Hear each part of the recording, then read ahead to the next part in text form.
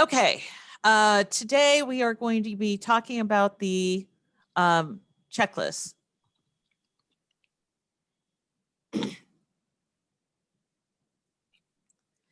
And this is going to be a very full meeting because I have 3 checklists in this presentation. The first one we're going to do is the student checklist, then we'll do the staff course, and then we will do gifted. Annie will be monitoring chat. So if you have questions, you can either put them in chat or you can unmute yourself and ask them. And so with that, let's get rolling. Okay, within the student part, we're going to talk about report updates, checklist, and then the timeline. A couple of years, or within the last couple of years, student information has added a lot of reports to the Analytics Hub ad hoc reports. And these reports allow you to be able to verify your data so much easier prior to sending your, transferring your data to the data collector.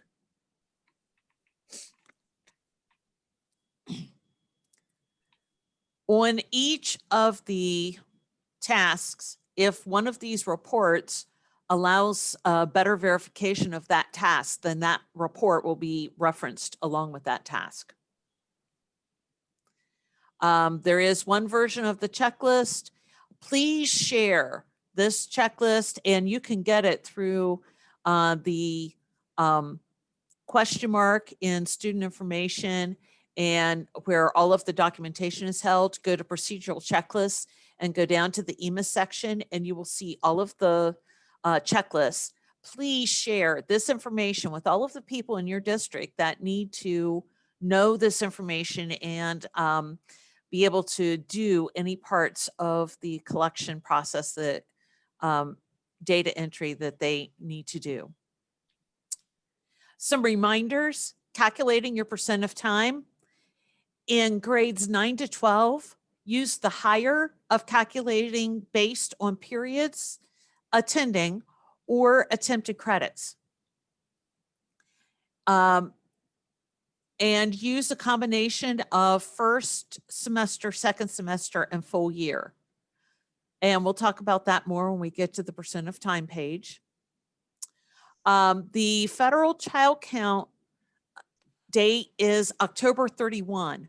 So for federal child count reporting, all students with a disability need to be identified and served under an IEP prior to October 31 in order to count.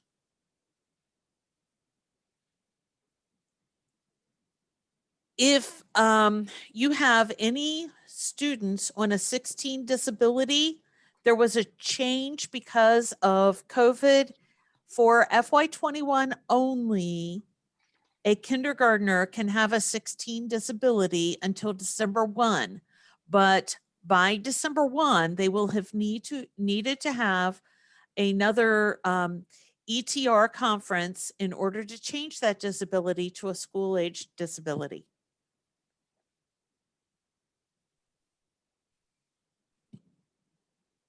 And you, as the resident district, must report students that are attending an autism scholarship, John Peterson scholarship, school-age students that are in an ESC unit. You have to report them as though you're educating them 100% of time, because the ESC does not report school-age students. Preschool students found ineligible for services that were suspected or that were on transitioning from Help Me Grow to a regular preschool and were suspected of a disability, even if they're found ineligible for services. And then the district placing students in non-public schools, such as Eagle Wings. You report those students with a cent reason of MP with a cent 2% of 100. And then you have to report all of the teachers from Eagle Wings that are teaching those students and the courses that they're taking. So let's jump right in. Task 1, verify student admission and withdrawals.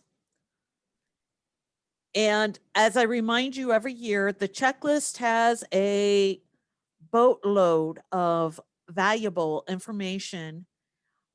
I summarize the high points in the PowerPoint. Please refer to the checklist and read every step in detail so that you don't miss anything that needs to be reported. Report all students educated by your district.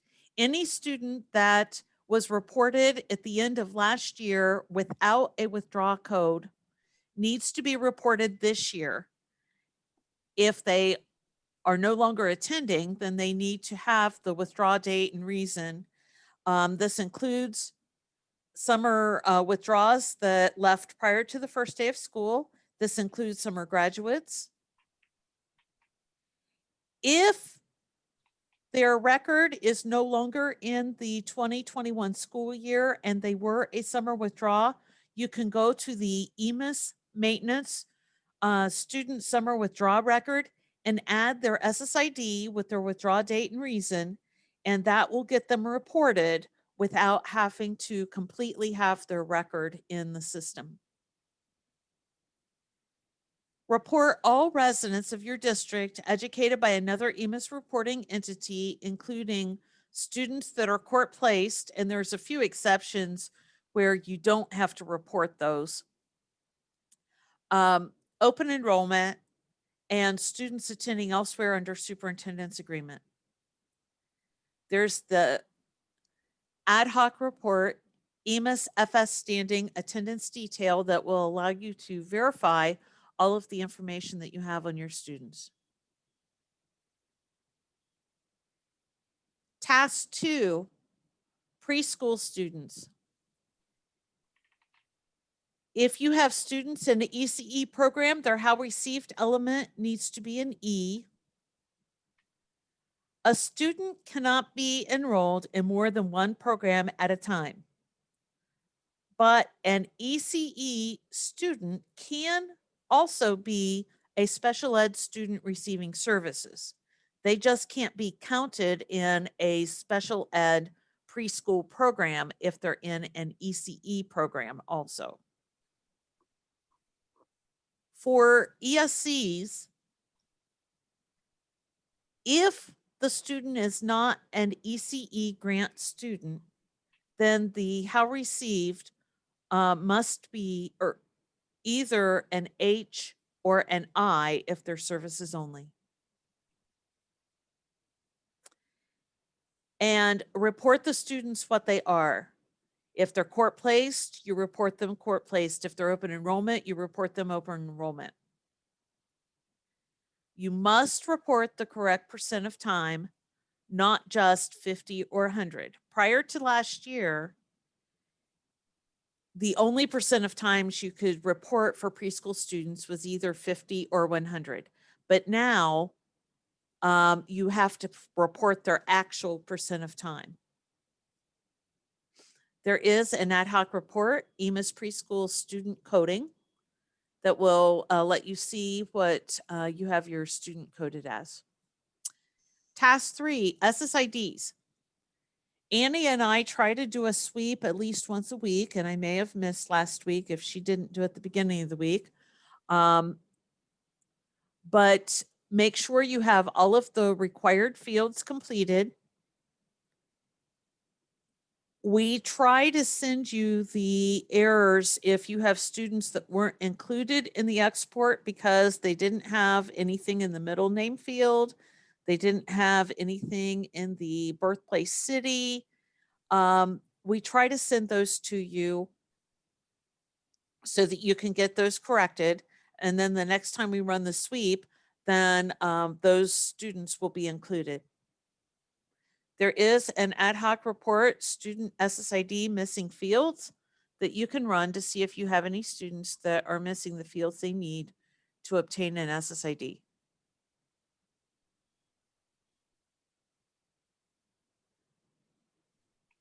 Task 4, verify non-reportable students. In the EMIS student collection verify update, one of the options is verify non-reportable students. When you click on that, it will list all students in your current school year that has the FN attributes tab unchecked, report to EMIS.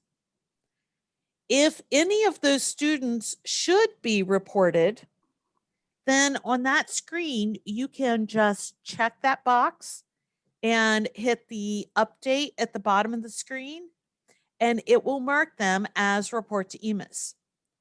If you had students who were preschool evaluation students last year, but were not attending until this year, last year their record was marked as not to report to EMIS, and now they are attending in a preschool program, make sure that those students are marked yes to report to EMIS. There's also an ad hoc report, EMIS non-report to EMIS, that you can run and verify those students.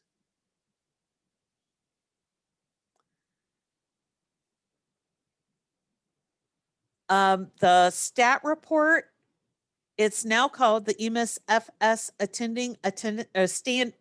standing attendance detail, will show the student EMIS situation, so you can verify that every student is coded correctly. Students missing FS standing records will have a blank EMIS situation on the report.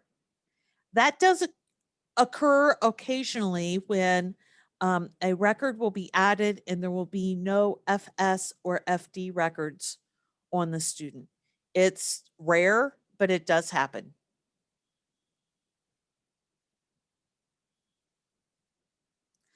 Task 6, verify the percent of time. The percent of time your district educates the students includes non-preschool ESC students. Use the higher percentage based on periods attending or credits attempted. And then you need to split that between College Credit Plus or Career Centers, JVSDs. If you have JVS satellite programs, agree on a percentage with the Career Center of how much you're going to claim, how much they're going to claim for the students.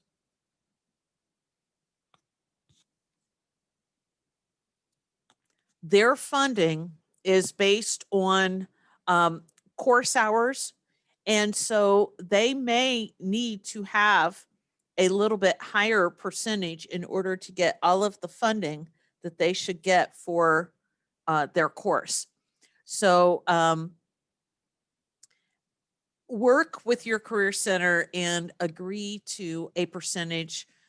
Usually it's based on periods when you do satellite courses.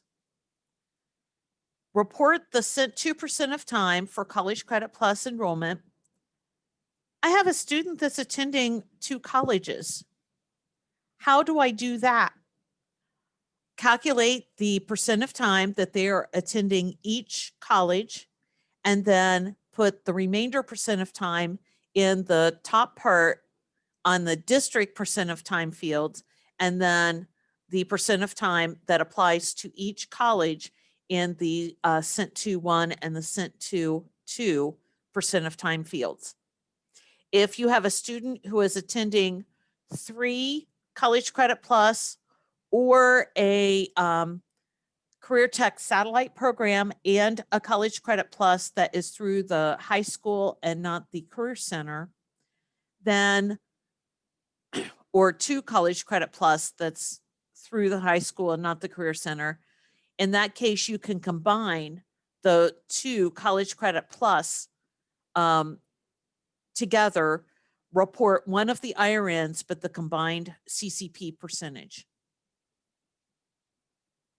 Do not report a percent of time for students attending abortive DD, career technical, JVSD, or John Peterson Scholarship. That is because JVSD and John Peterson can be EMIS reporting entities, and they are reporting their percent of time.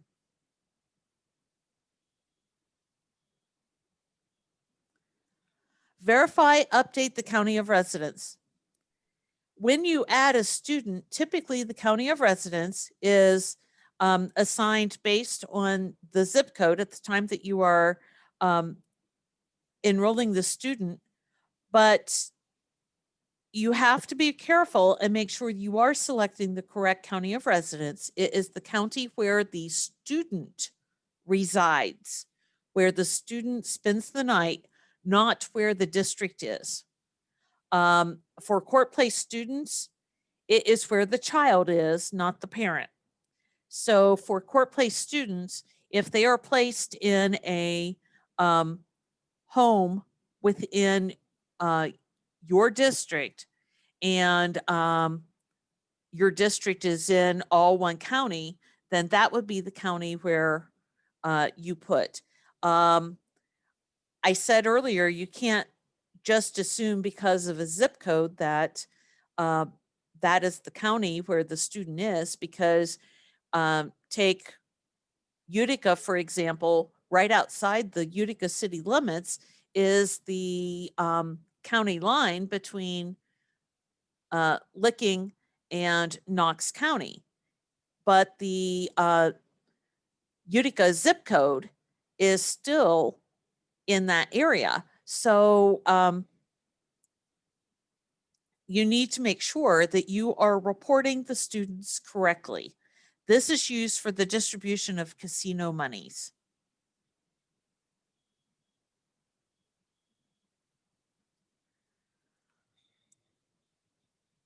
Task 8, fiscal year student began 9th grade.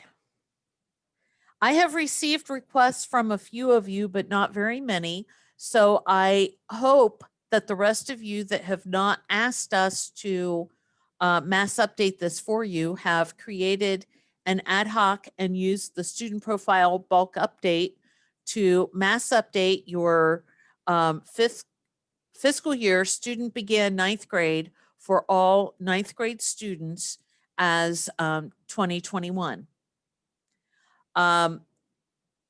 If you request that I do it and you have not created an ad hoc of who to update, then I update all 9th grade students, then you will have to go back and fix the exceptions. If anyone needs LACA to do this for them, please send an email requesting that we do that, and we will get that done for you.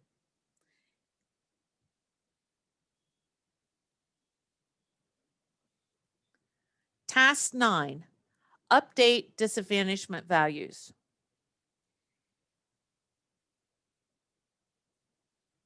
There has been some questions, and I'm going to give you my opinion. If you have gotten a legal opinion that is otherwise, please share with me. But the federal government free lunch program has extended that all students in the school will get free lunch through the end of the year. So does that mean I should code every student in my district as economic disadvantaged? And my answer to that is no. You should only code the students as economic disadvantaged based on the rules that were previously used, whether your district is under the community eligibility provision and you use the codes of 4 or 6 to indicate that they're economic disadvantage, but wouldn't have been if we weren't CEP or they're economic disadvantaged, and they would have been anyway. Or if you're not under the CEP provision, the code 1 economic disadvantage only for those that qualify, meaning they would have qualified for free reduced lunch because of income, or they live in a home that receives federal assistance of some type.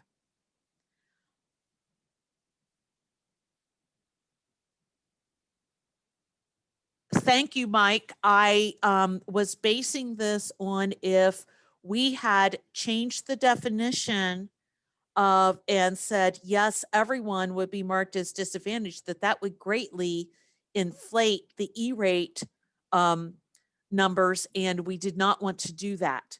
And so I am glad to know that someone from E-rate is on the same philosophical mindset that I was. And I did talk with Chad after I got that question from someone. So, and he agreed also. So I'm glad to know that E-rate is of the same mindset that I was.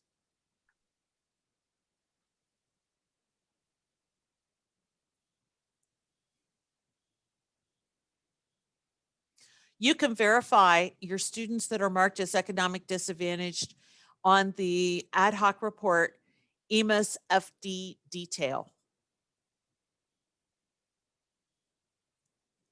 Task 10, verify race ethnicity for newly enrolled students.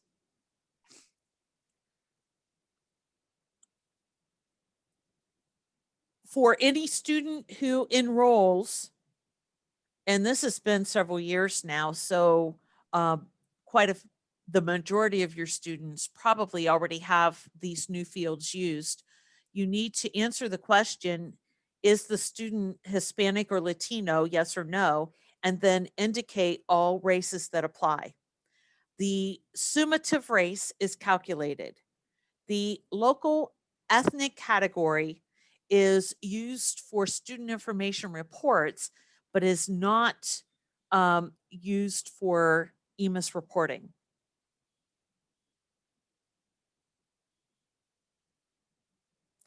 Verify home language and native language fields. The home language is the language spoken at home, and it is required for LEP and immigrant students. And native language is the language spoken at the onset of speech.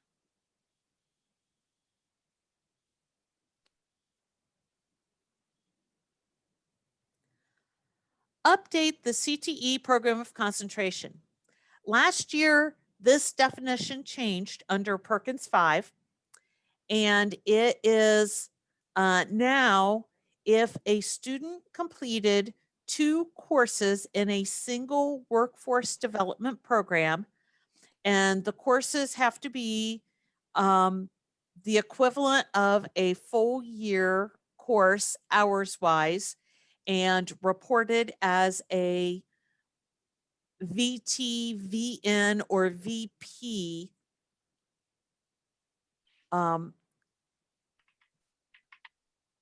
curriculum code. Once they complete 2 courses in that single program and they are still enrolled in the district, then you report them with a program of concentration.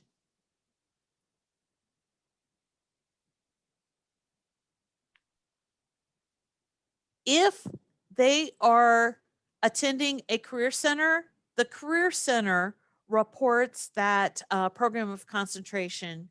You, as the resident district, does not report that program of concentration. You can either manually update the FN attributes, or there is a CTE management page that you can update that field based on a course section and update the whole class at one time. There's a report, EMIS CTE concentrator detail, that will allow you to verify all of those students. And I have a question in chat here. Yeah, I was going to stop you. It's more for everybody else. Okay. We don't have many students who don't speak English, but we do have a few. Does anyone have an enrollment form that they use that is in Spanish? If so, Michelle would greatly appreciate. So if any of you have created a form, I don't know, those of you that are using online registration products, is there a language option when they go online to be able to select what language they want to do their registration in? That is a really good question. And if anyone has a form, okay, Columbus Public has a form that is in Spanish. So if you know of any of the people that work in registration at Columbus Public, Michelle, you could reach out to them, or Annie, if you know who the best contact would be for that. Yeah, I would. I'll send you a name, Michelle, of one of their EMIS folks that will. She'll be able to get it for you. All right, thank you. You're welcome.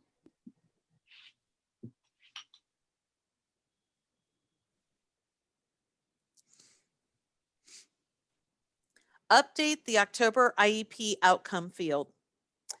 The cutoff date is October 31. That doesn't mean that everything has to be in the system by October 31. That means that all of the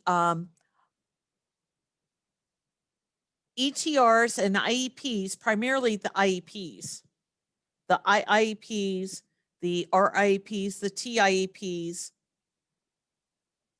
need to be completed by October 31 in order to be counted in the federal child count. The updated October IEP outcome field is used if there is a change in the least restrictive environment, the LRE, since the most recent IEP. When this is used the most is preschool students entering kindergarten. The spring IEP had 2 outcomes. Kindergarten, age 5, October 31, needs the preschool outcome.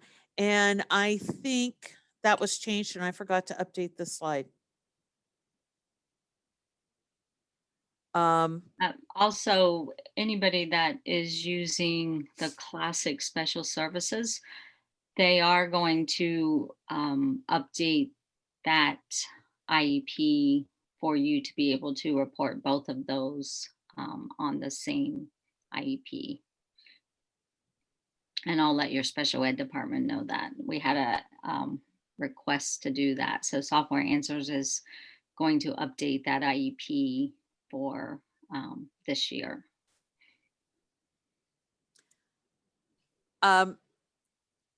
Annie, write this one down because I believe I need to go back and double check this one. I believe there was a change that you can use. You yes. can use a school age outcome on a kindergarten student now that's age 5 instead of the preschool outcome. But I will verify that and send that out to you.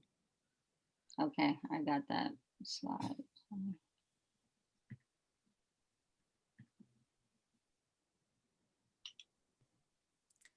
Update LEP option for students, task 14.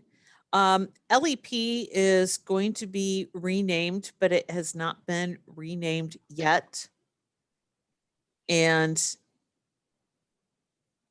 I can't remember. I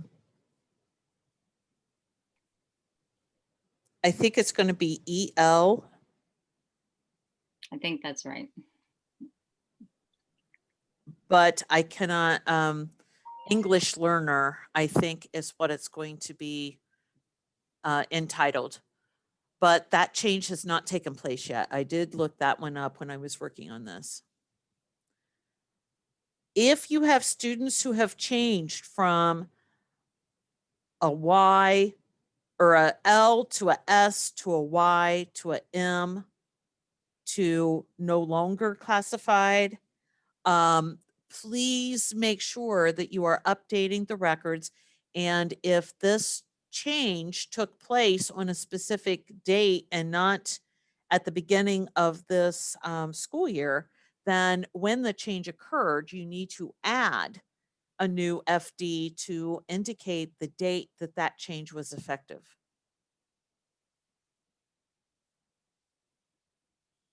And you can run the ad hoc report EMIS FD detail to verify those students. Task 15, we're not going to talk much about right now because this particular task is reported at the end of the year. It's not reported now. What has been already reported was indicating the retained status on students that were retained this year based on last year's reporting, or should have been retained based on last year's reporting. And that reporting collection has already closed. So we'll bypass 15. Update military student identifier indicates if a parent or legal guardian has been an active member of the Armed Forces or National Guard during the school year. If that is true at any point during the year, then you need to report an A, B, or C in that field. And this is also required for JVSDs.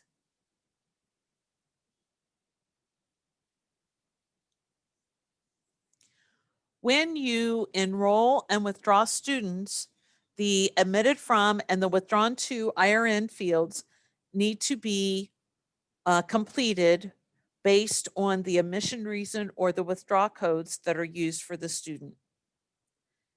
Admission reasons of 3, 6, or 7 require a admitted from IRN. Use the district IRN.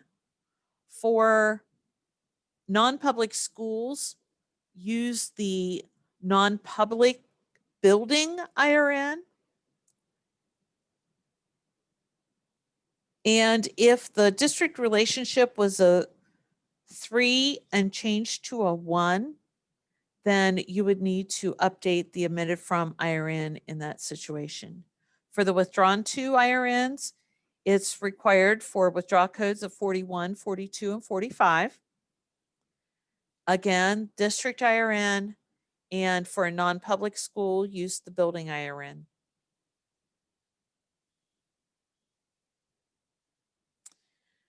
You can run an R101A to verify the student demographic information.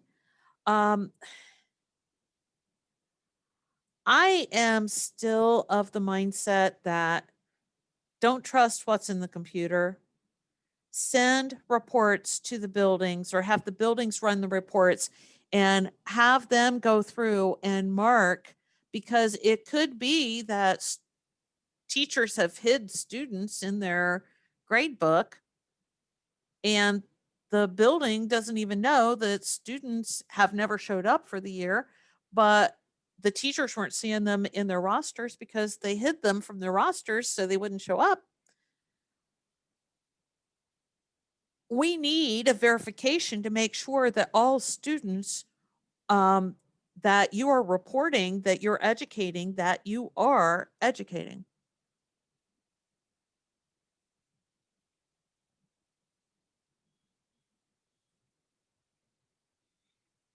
Task 19, student verification, AKA Uncle EMIS.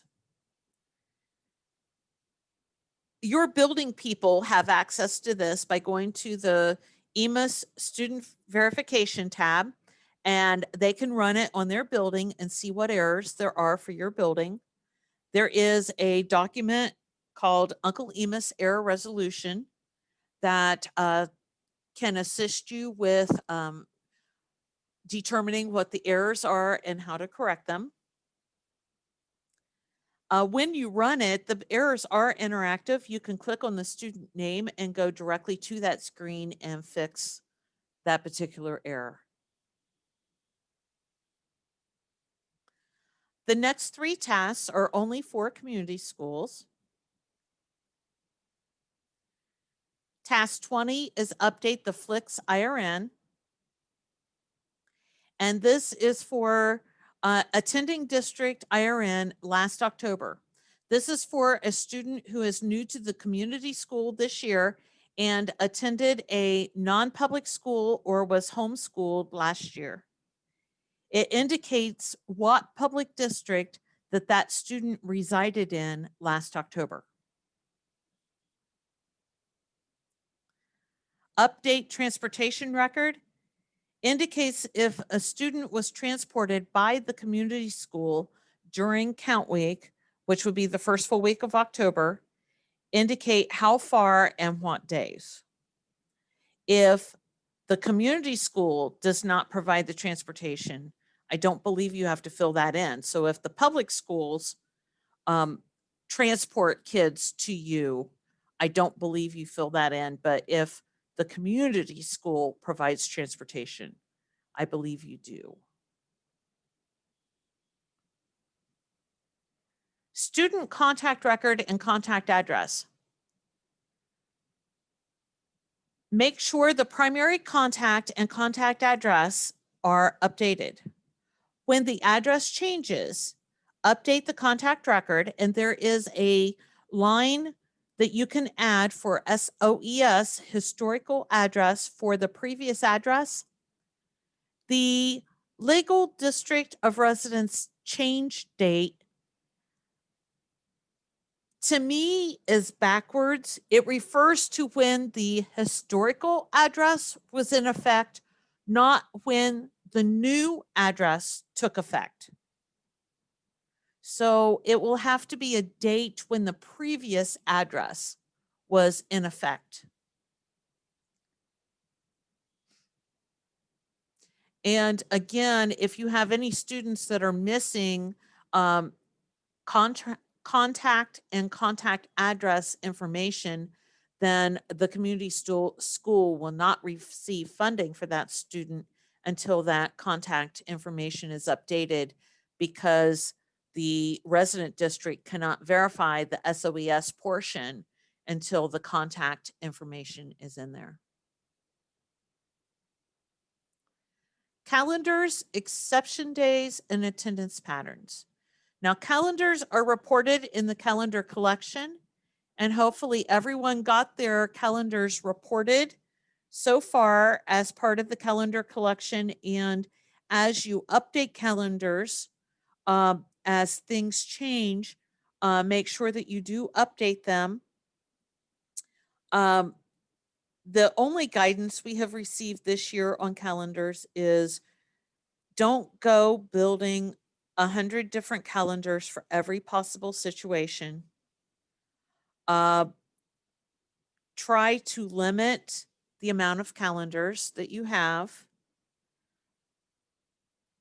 If you are on a remote or hybrid learning situation, or you offer remote options to your in-person options, if the attendance days or the required days are the same as the typical student days that would be in person, then you can use the same calendars and not have to have separate calendars for them. If there would be days that they would, the remote students would be attending that the in-person students would not be attending, then in that case, you would have to have separate days or separate calendars. On your sub calendars, indicate the first day of school for students on that particular sub calendar and the last day of school for students on that particular sub calendar.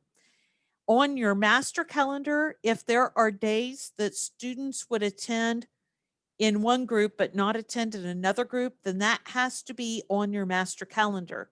and then you control the rest of the information based on the sub-calendars. The attendance pattern is a unique code that you can create to identify that particular calendar, and then that will go on the FD record of the students that are associated or should be assigned to that sub-calendar. The grade levels indicate what grades in that building should apply to that particular calendar, such as if you have a senior calendar, well, that would only apply to grade 12.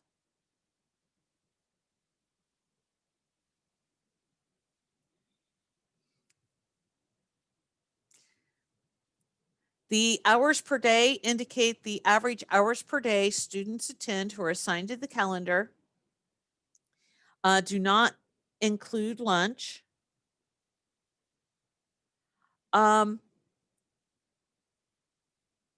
The ignore percent of time in attendance calculation, check only if you don't want the FTE taken into consideration when you're calculating your attendance.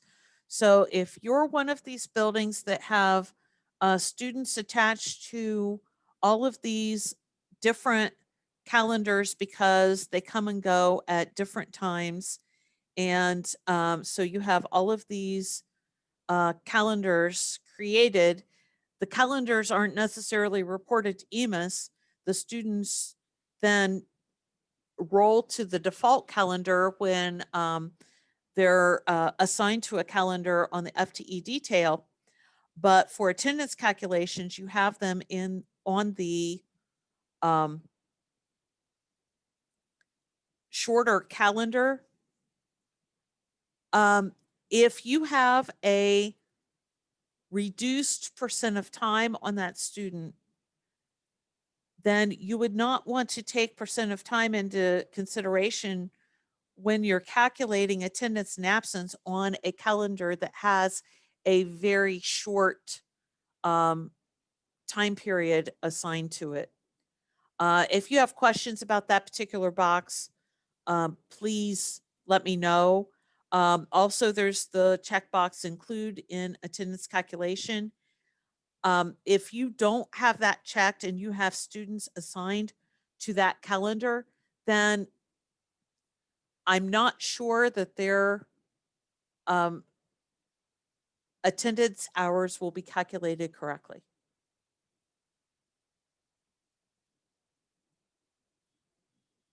There is an ad hoc report, EMIS subcalendar analysis report, that you can use to verify students are assigned to the calendar that they should be for that building. Verify the student calendar assignment and attendance pattern. The calendar comparison will compare what is on the student's general tab with what's on the FD tab. And at one point, it was not catching, if they were on the default calendar on both, it wasn't catching if that default calendar wasn't of the building that they were assigned to. So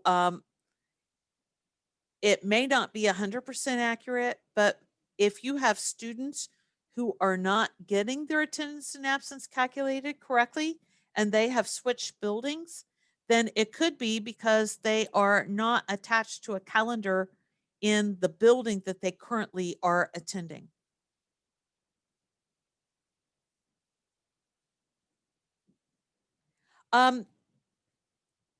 If you have students who are attending a career tech satellite course, and that satellite course is owned by the Career Center, on the FS standing, you can mark that that is a student satellite or a satellite student. And that will cause them to have 100% of their attendance calculated for the HB 410 attendance.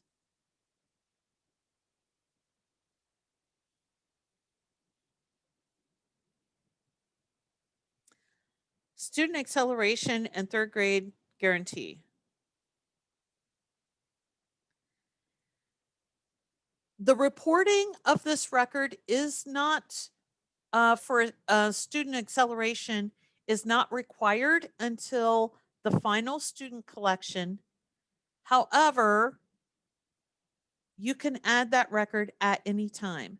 This is required for students that are on a written education plan or a WAP, and it indicates if they are taking an assessment in the accelerated grade level.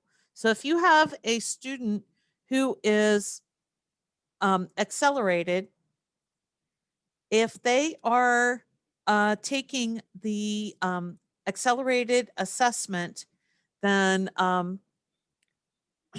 you need to indicate that. And the level count is the new grade levels accelerated this year. So let's say you have a student in third grade that is taking fourth grade math, and this is the first year that they are taking fourth grade math. Then you would add their student acceleration FB record, and you would indicate math. And yes, they're taking the assessment at the accelerated grade level. And then you would put a 1 in the level because this is the first year that student was accelerated in math. Now, if that student in second grade was accelerated in math and they're still accelerated in math, so as third grade, they're taking fourth grade math, then that level count will be a 0 because this is not the first time that that student was accelerated in math.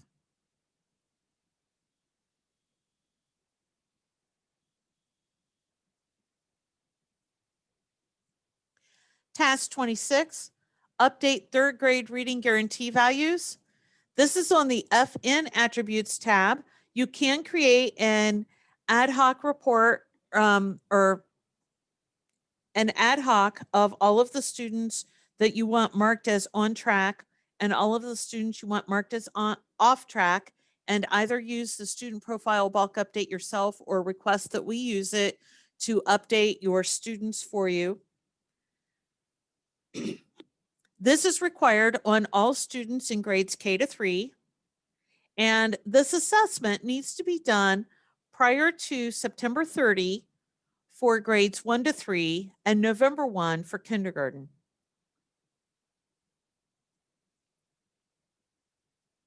This indicates if the student was not required to be assessed, was required or not assessed, was on track or assessed and not on track, or was exempt from diagnostic assessment.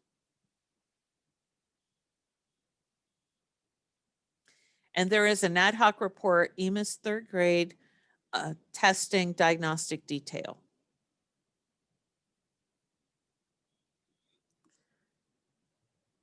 Student missing override and summer withdrawal records. Task 27. Add student withdrawal override FC record. This is when you have a SSID on your missing student report. The student withdrew prior to the end of last school year, but was not reported as withdrawn last year. Or if you had a student who was reported with a dropout code and then found out that they actually moved out of state and you have documentation to indicate such, and that would remove a student out of one of your graduation cohorts, then you can add that SSID with the withdrawal date and the withdrawal reason, and it will update that student and take them out of your graduation cohort.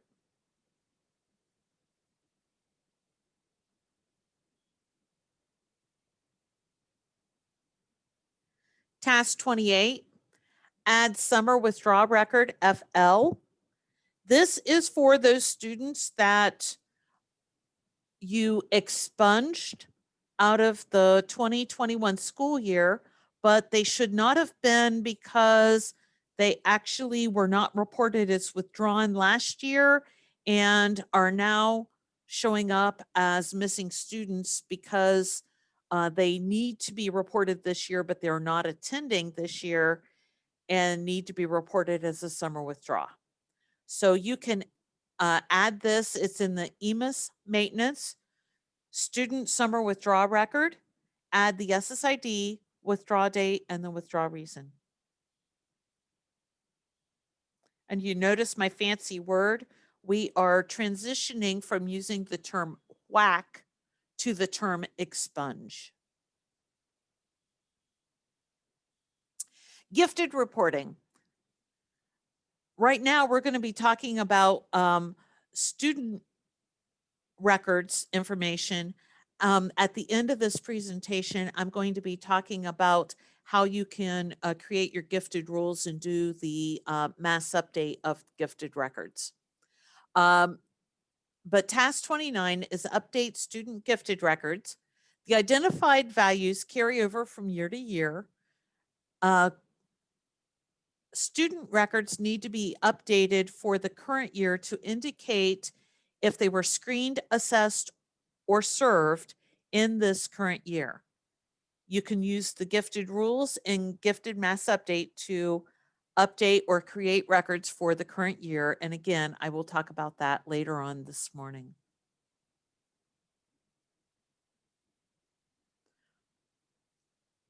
Task 30 is run the gifted student missing records report. This will list any students that do not have gifted records.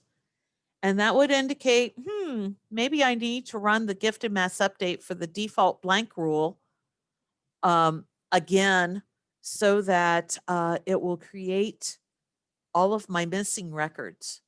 If you are on a specific student and they don't have a record showing, you can hit save and that will manually add the record. Student special education reporting.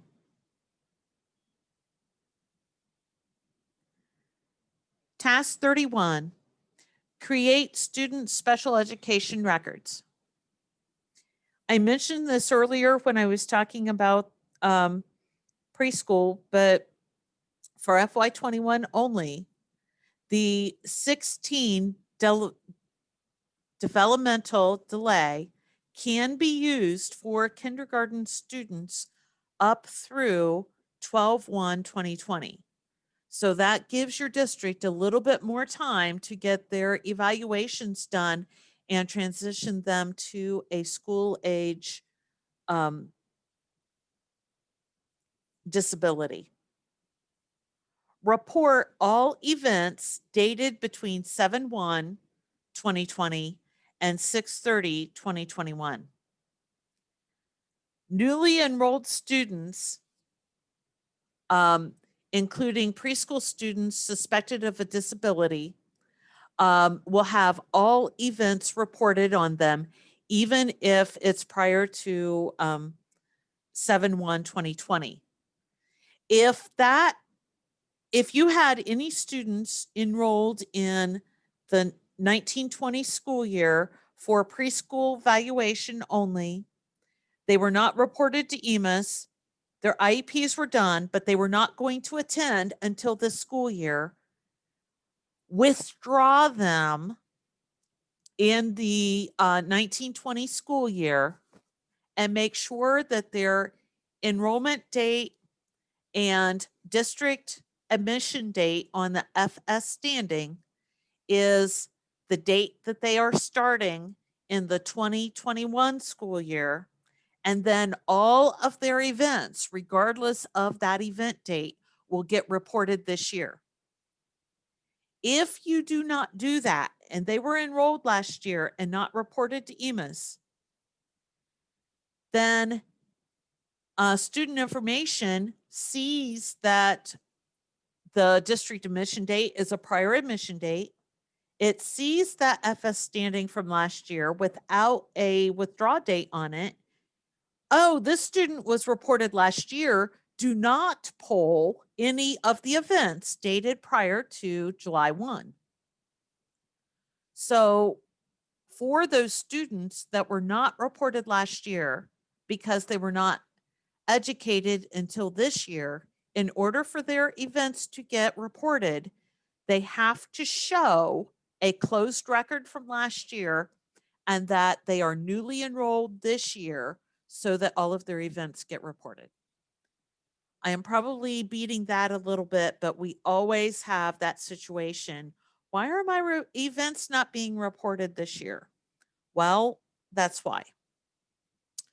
The NIEP can be used when there is no IEP to cover the time period for reporting. It can be used for students who have transferred into your district and your district is serving the student, but they did not transfer in the IEP because they wanted to take time to evaluate it. But if you were serving the student, go ahead and put in the NIEP so that you will get the weighted funding for that student. It can also be used in the event that the IEP expired and the new IEP hadn't been done yet because of delays going on right now because of COVID and in-person meetings and all of the other situations we're dealing with right now. And make sure you use the correct outcome ID on that NIEP to indicate why. And then, oh, my special ed person never gave me a whole stack of IEPs that was done in March, April, and May until September, and none of those were reported last year.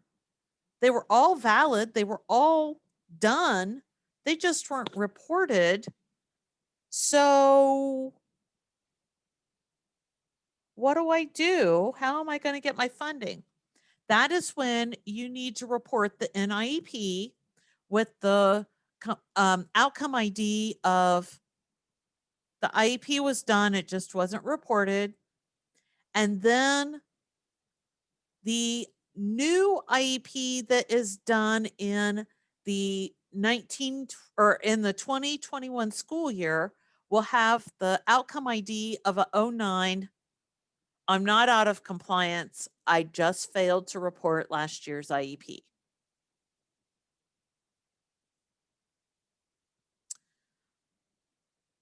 The CIEP, one other thing about an NIEP.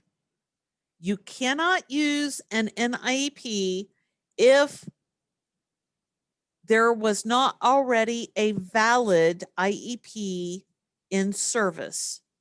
So if the student was just identified with an IETR and they don't have the IEP done yet, you cannot use an NIEP. That IEP has to already be done and in service before you use the NIEP.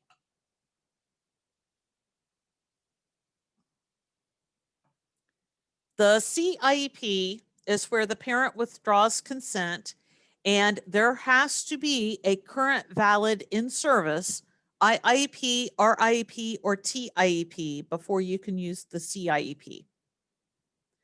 And then the AIEP is an amended IEP when there is a valid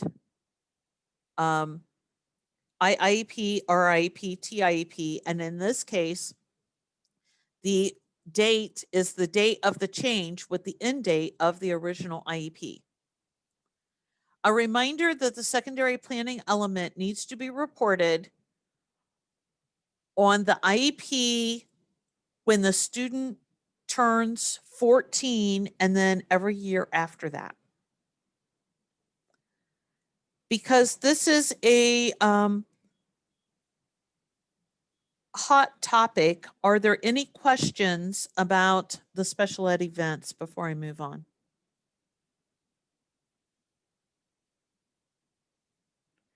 Please unmute yourself or type in the chat.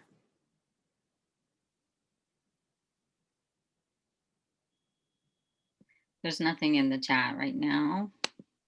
Okay. Task 32, create an FE student graduation requirement record. This is another tab of the special education record. It indicates if the student is exempt from graduation requirements, and it will reduce the number of grad points required. Actually, it will assign the student 3 grad points on each assessment. That is indicated on the graduation requirement record. It is required each year per the IEP, and the IEP date must match and a valid IEP on the event record.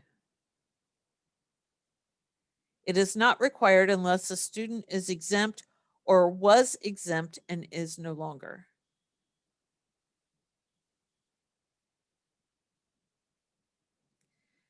The EMIS coordinator can run the Verify Special Education records. I will caution you that verification is only looking to see if there is an event reported between 7:1 and 6:30, but is not looking at the event type. So it's not going to tell you that you don't have an IEP event reported during that time period. It will only tell you if you don't have any events reported during that time period. So I would use other means of verifying that you have all of the events reported that you should. There is a download option that you can download all IEP events, and that would be a good report to run and verify that you have all of your events reported. This next section I'm going to basically skip because this is end of year final student collection reporting, and we don't have to worry about any of that right now. So I'm going to skip up to slide 51, district and building records. So task 37, EMIS coordinator will update the district and building records. The days, hours field to indicate whether your district is reporting your attendance in days or hours has been moved from the sub calendar to the district organization info field. This needs to be reported as soon as possible because this actually is pulled as part of the calendar reporting. Fields on the district organization info include the date the student is required to be 5 for kindergarten, a count of homeschooled resident students, a count of resident and non-resident, non-public students evaluated and ineligible for special ed services. And then this next one needs to be reported as soon as possible. And that is if your district contracts with an ESC for preschool services, that preschool services agreement needs to be reported to indicate that the ESC can directly pull your money through the state foundation, or they have to directly bill you for the preschool. For the building organization info, there's 1 record per building IRN. And then the district test record is reported only in the final collection. Membership or program code reporting. Task 38, verify and update membership codes. This is section 2.9 of the EMIS manual. There is a table that lists what codes are required when, and staff member is required to be attached to the codes listed here, the 305-003 career assessment, the 310 XXX work-based learning codes, and then the 206 XXX codes where gifted services are provided by a gifted intervention specialist.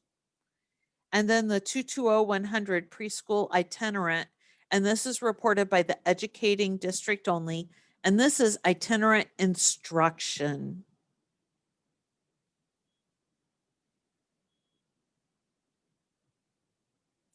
Task 40 and 41, enter all codes by code or student. EMIS will determine if the code is reportable for that EMIS reporting window and will pull only the specific codes that need to be reported at that time. The special ed services 215 codes have been relocated to a tab on the special education record, and those are no longer reported to EMIS. You can copy membership codes from the previous year. I do caution you on that because students don't always do the same thing from year to year. But there are times when they may be applicable. And run the R102 to verify the memberships.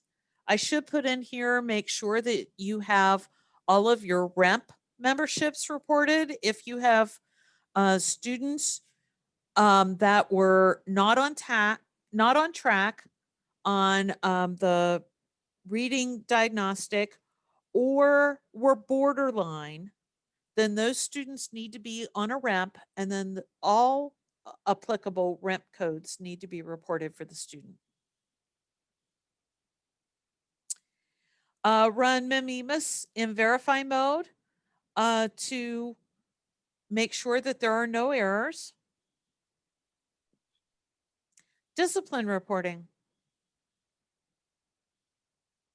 Task 42, verify discipline data. Starting with this year, discipline data is reported when it occurs, not just at year end. So make sure that your district is keeping up with entering in all discipline that apply to in-school suspension, out-of-school suspension, expulsion, in-school alternative programs, removal by a hearing officer, and I'm probably forgetting one or two types. Run EMIS to verify the discipline data. Remember on the action, the modified and referred to alternative only apply when the action is expulsion for a weapons reason. New last in FY19, you need to indicate victim of student violence. So there is a victim tab on the discipline record, and you need to indicate the person. Now, the specific individual's name will not be reported, but you do need to add that specific individual and then indicate whether it is a student, whether it's a staff member, whether it's a teacher or other staff. There's several different codes. And then for discipline in the preschool to 3 range, there is an additional discipline reason. And also, discipline is reportable by the ESC for preschool students.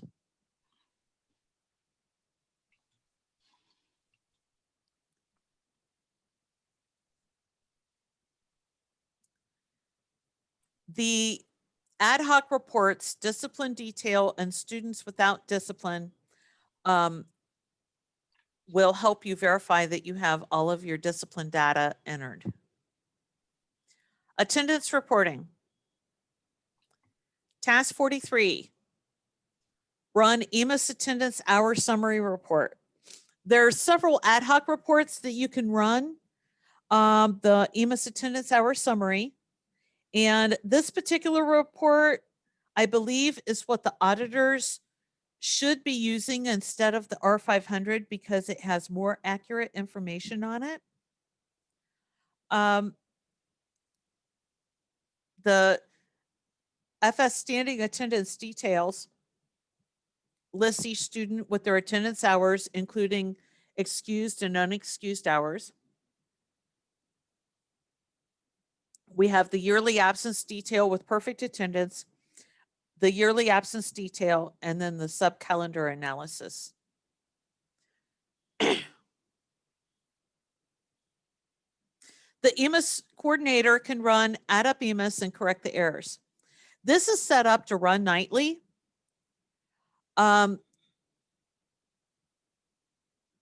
If you find that there are students that are not showing attendance and absence on their FS standing attendance tab and not showing up in the excessive absence screen, then things that we need to look at are their attendance and absence, their absence records, to make sure if times were entered in on those absence records that they were entered in accurately, that exceptions that are on the calendar were added when they require hours on those exceptions, that those hours were entered accurately.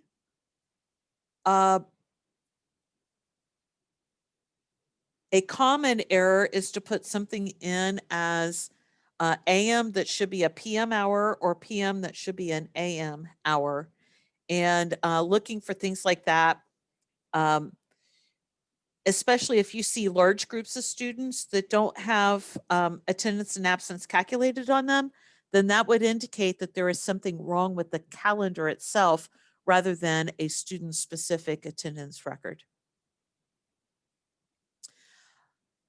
Add up EMIS will calculate attendance and absence correctly based on the attendance calendar on the FD tab and the percent of time.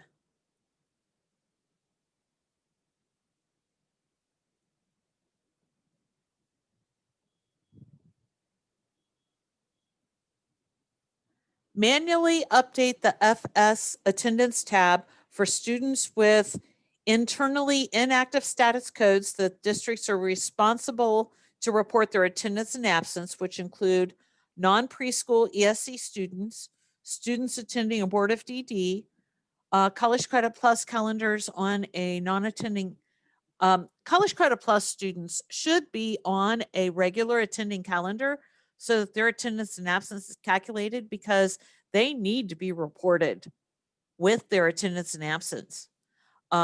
So if they're a full-time CCP, I would go ahead and attach them to whatever calendar they should be attached to, whether it's a senior calendar, whether it's a district calendar, so that they are reported with their full attendance. And then non-public students placed at district expense. And previously, I think you've waited till the end of the year to get that attendance and absence from that entity, such as Eagle Wings. But if you could get that periodically and enter that in, make sure that it is entered in the other entity fields, because if you put it in the regular hours fields, then the next time you run add up EMIS, it will wipe out what you just entered in.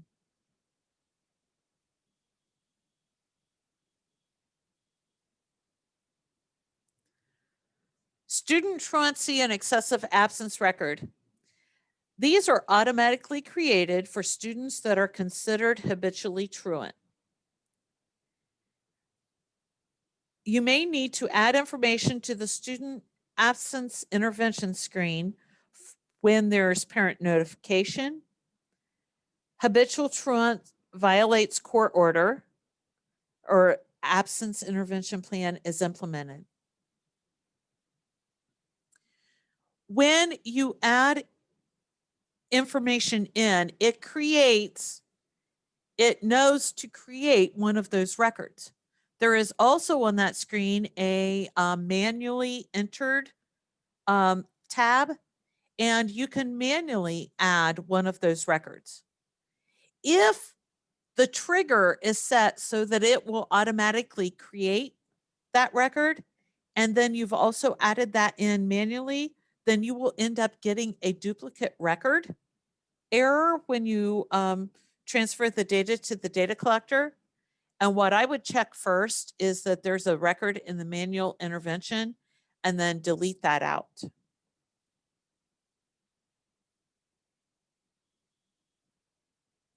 Majority of attendance reporting. This is not required until the second collection. And ODE made a change, which is going to simplify this process 100-fold.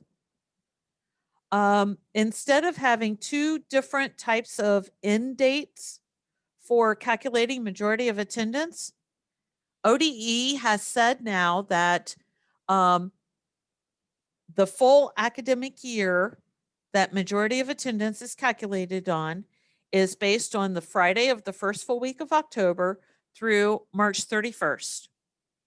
And it's that way for all students. It's no longer a March 19th for some dates and April 13th for other students. It is a March 31st for all students.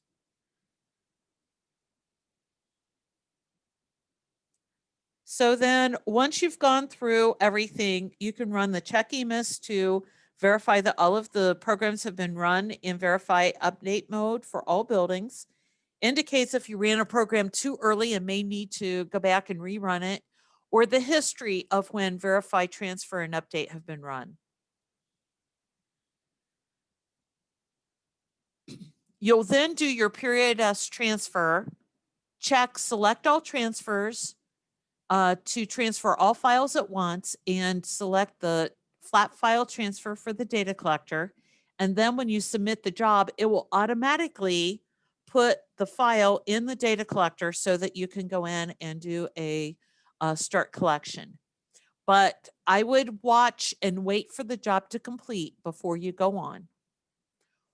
Once the job is completed, go to the data collector, select the proper collection request for the student collection, start your collection, prepare, preview. You have level 1 errors. Look at your level 1 errors, especially the fatal errors. Preview your data, verify that all files are there. There is a column now that shows what your record count was from your previous submission. And it now red X's if there is a great disparity between what you submitted last time and what it looks like you're going to submit this time.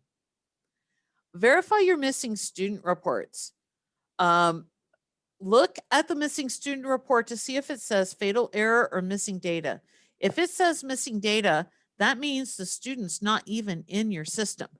Did you change the SSID and didn't change it properly? Did you expunge the record and the student wasn't reported last year as withdrawn? So now the student needs to be reported as withdrawn. So you can do that through the student summer withdraw record.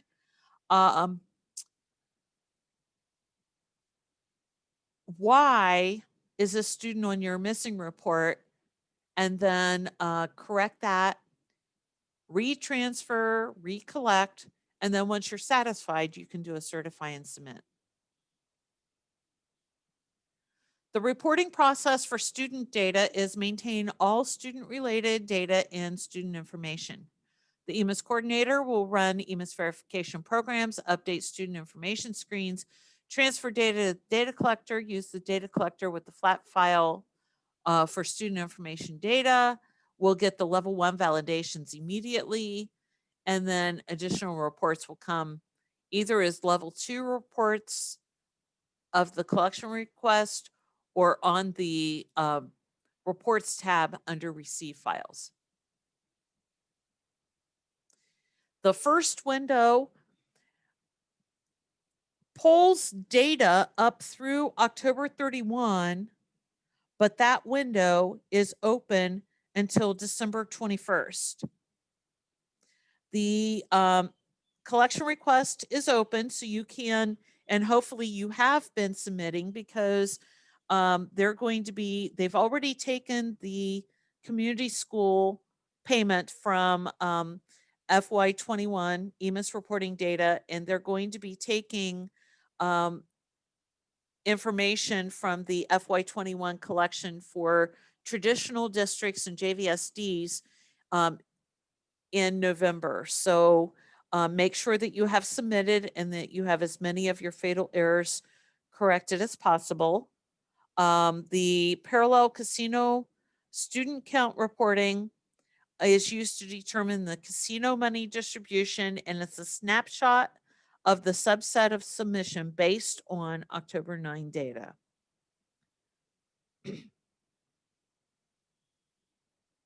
Are there any questions about the student collection and reporting student information? Feel free to unmute yourself or type a question in chat.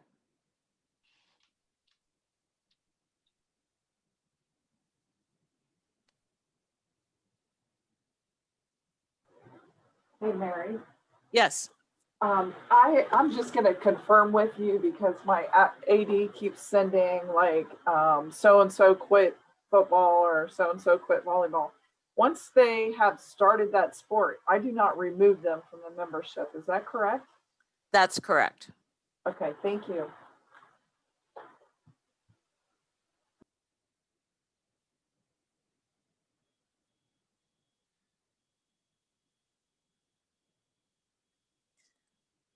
Okay, if there are no other questions.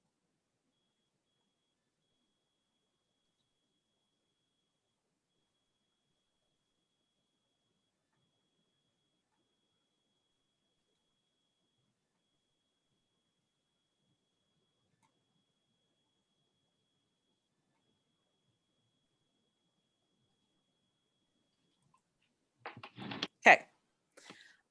On this part of the PowerPoint, we're going to go through the timeline, the staff reporting procedures, and then the staff course checklist. All of the major collections, the student, the staff, and course are based on a full year reporting. So whatever you're reporting, you're going to be reporting for the full year, and you're going to be reporting everything the whole year. Certification is taken from the first submission period. The initial staff course collection is currently available, and that window closes on January 29, 2021. Everything to do with report card information, except for the attendance percentage for staff data, comes from this first initial staff course collection window. So our staff procedures, we're going to talk about changes and clarifications for reporting, the staff reporting procedures, staff demographics, staff employment, the contract staff information, contract only record, reports, and then maintenance or changes. There were no new fields added for staff this year, but there were some position code definition changes. And that primarily was with the position code 225, permanent sub. Previously, you could not have that attached to an employee that was also a teacher of record. In fact, if they stopped that job and took a teaching job, you had to basically not report that 225 collection, because that 225 could not be reported on someone who was reported as a teacher of record. Well, for this year only, and I don't know if this is going to be a permanent change, but I know for FY21, the 225 position code can be attached to a teacher of record. And then the position code 509 was created as part of the Achievement Closing the Gap grant initiative several years ago. And when that grant initiative ended and ODE was no longer receiving that specific grant money, they determined that that code was no longer required because that grant initiative is no longer there. If you have anyone coded as a position code 509, then have your curriculum or director of personnel or whoever is over positions look at the position code chapter of the manual and determine what position code most closely identifies what that person is doing and modify that position code.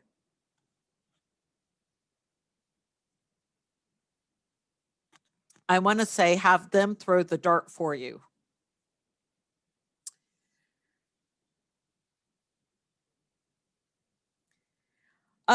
One other change for this year, which has to do with the data on the TLC report, is they have loosened restrictions on certification.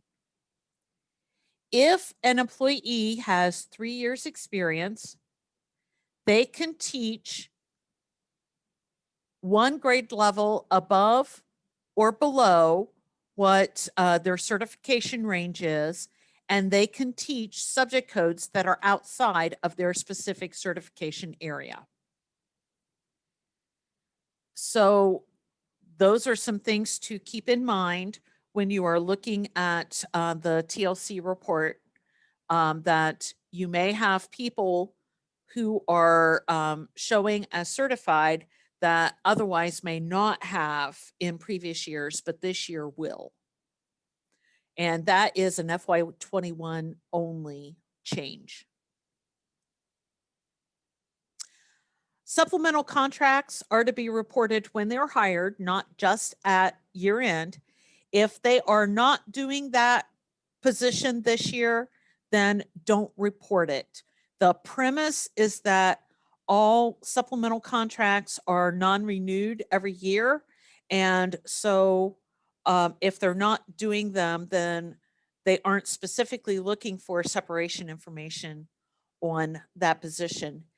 All supplemental contracts do have to have a position type of an S.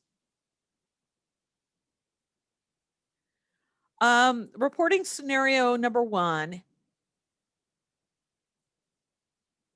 reporting staff no longer employed.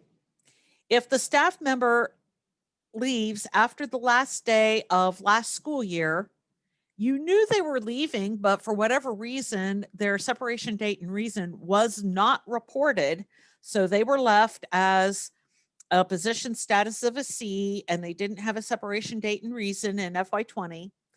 You will report them now with the position status of a U with their separation date and reason.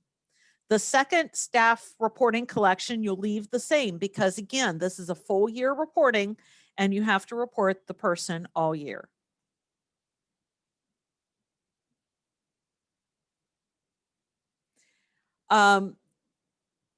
If the person left after the last day of school, but before school started this year and did not work any days after June 30, then same thing, you will report the position status of you with their separation date and reason. And if for whatever reason the person was not reported correctly in the first staff reporting collection, then make sure it's updated correctly before the end of the year. The person started working this year, but then they left. Leave the position status of a C. Enter the separation date and reason. And then next year, you won't have to report the person at all because you have reported them as separated.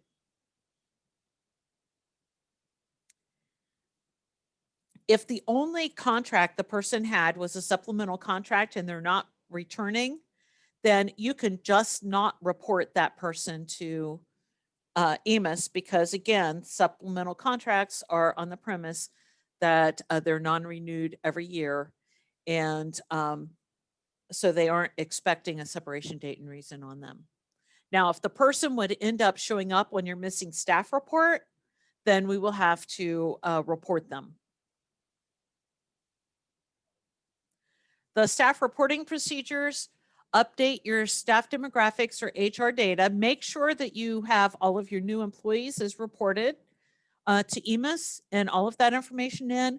Make sure you have updated degree and semester hour information, not just on your new employees, but on anyone who has taken classes and have had changes in their degree or semester hours. Increment the years experience on the authorized years, total years, and principal years experience. There has been a lot of misperception on authorized and total years experience. The authorized years experience are the years of teaching experience the individual has in PS to 12 education, public or non-public, with plus up to 5 years military experience. Total years experience is the same definition, but includes higher ed, college experience. Principal years experience are years experience as a principal or an assistant principal. In none of these definitions does it have anything to do with the number of years that you give a person when they're hired or where you place them on the salary schedule. Those are local experience fields that you can track separately within your softwares. But what is reported is the authorized and the total years experience. Update the staff employment or personnel data. Again, make sure you have your new employees marked as report. Update the EMIS specific contract fields for employees who are paid on one position and need multiple records. Update the separation date and reason and position status on employees no longer employed or job records for employees that change positions. And update the building IRN for staff who moved buildings.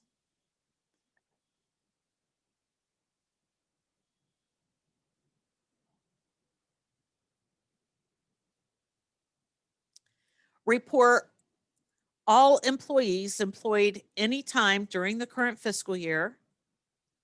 Employees that were reported at the end of the previous year as without a separation date and reason and are no longer employed. Employees that are on an official board approved leave of absence. Contracted staff, including those who educate your students from a non-public school where the district is placing the student in the non-public, such as Eagle Wings. Substitutes who are teachers of record, All supplemental contracts, including employees whose only position is supplemental contract.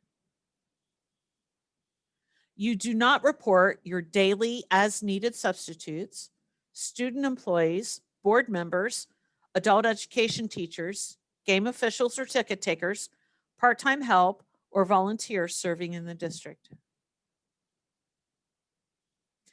The contractor staff employment record, CJ record, is where you're contracting staff to another EMIS reporting entity. The ESC is the most common use of this. Other situations are if you are contracting your food service to another EMIS reporting entity, or you have opened your classes up for inclusion on students that are in your building from an ESC unit. The contracting or receiving district does not report any staff data.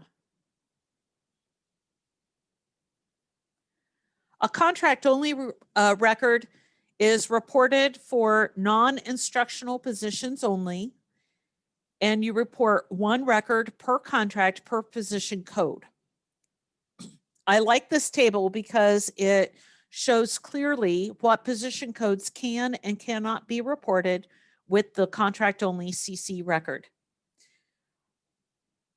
The most common are if you contract all of your busing to a third-party company, or your custodial work to a third-party company, then you can report the contract rather than the specific positions.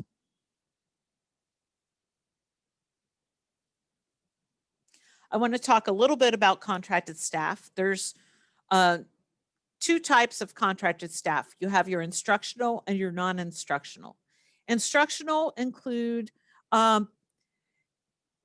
employees that the ESC hires for other EMIS reporting entities, or ESC units. Students sent to a non-EMIS reporting entity, and then your therapists, occupational therapists, physical therapists, speech therapists that are hired from a third-party company rather than hired directly. And then your non-instructional includes bus drivers, food service, and custodial. The ESC reports preschool. If they have the preschool unit, they report everything about it. They report the students, they report the staff, and they report the courses.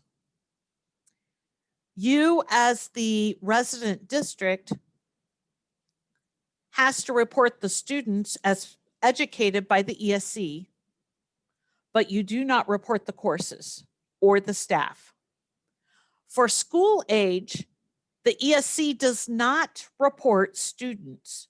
So they report the staff demographics and the staff employment record, and then the contractor staff employment record pointing to your district for the percent of time that teacher is teaching students from your district.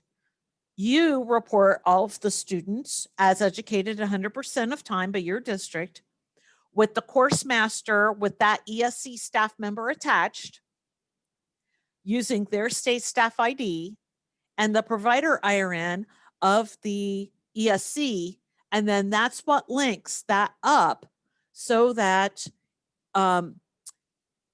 when you do your collection, it is not looking for that staff member in your staff data. Non-EMIS reporting entity, you have to report the staff demographic, the staff employment with the position status of an A or an I, and then you report the course master. There is no provider IRN on this one because the you are reporting the demographic and employment record for that those individuals. And then for therapists, you need to report the staff demographic and the staff employment record with the position status of an A or an I.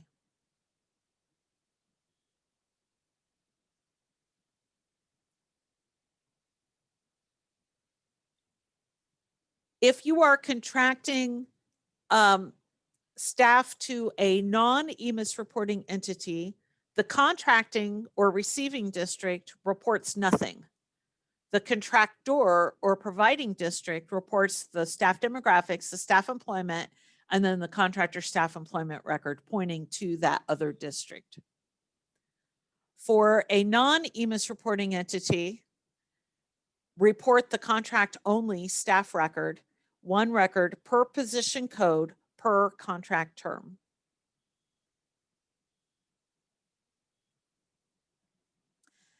After your data is entered, you want to extract your data. In classic USPS, when you start your collection, you will start both the CIF and the data sources collection. There is, however, a need for your payroll person to run the USP EMS, the USP EMX option. And if the USP EMX underscore EMIS R.SEQ is created, they have to use the EMIS STF FTP option to transfer that file to the data collector. That file is what contains the CJ and the CC records. So if there are any of those record types for your district, they are in that file. So you do need to transfer those. For redesigned USPS, again, you will use the CIF option in the data collector to pull the staff data, and then the data sources to pull the student related data. We will turn on the module if that entity uses the contractor staff employment record, and then they will update their CJ and their CC records, and they will have to export each of those and save them at a shared drive where the EMIS coordinator can upload them into the data collector using the data sources, other data sources manage upload file option to upload those records into the data collector.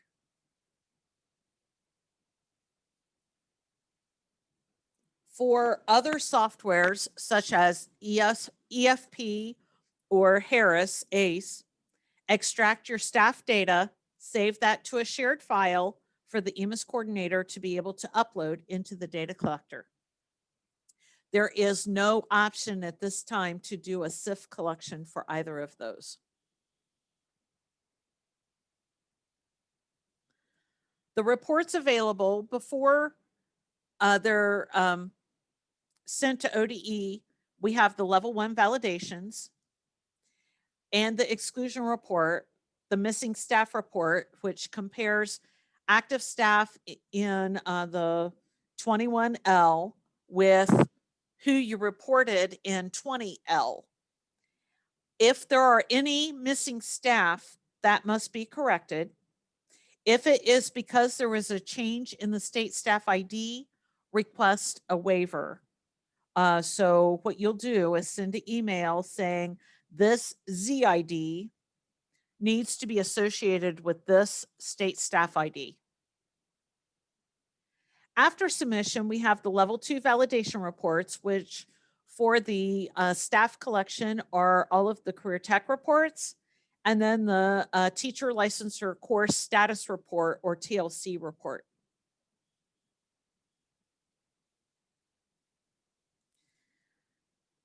The level 1 validations, both staff course collections have level 1 validations. The CI demographic record related errors are payroll human resources errors because they are on the person, not the position. The most common is the CI 0016, staff member over 70 years old. Verify the birth date is correct and ignore if age is accurate. And as people are working longer and longer, you're probably going to have more and more of those errors. which are really warnings rather than errors, but you do need to verify the first time to make sure that you didn't miskey a birth date when you entered when the person was entered in payroll.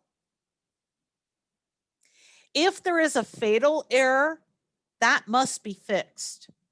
And the software is picky. It does not like blanks. You have to have something in it, an asterisk or a value, but you can't leave a field blank. A warning, you need to verify, but if it is accurate, it can be ignored. The check may be crossing demographic data with employment record to verify that the data is accurate. In the case of the CI.0022, principal reported with 0 years experience. It crossed the position code with the demographic data. The position code indicates the person is a principal or an assistant principal. If this is the first year the person took a principal or assistant principal position, then a 0 is accurate.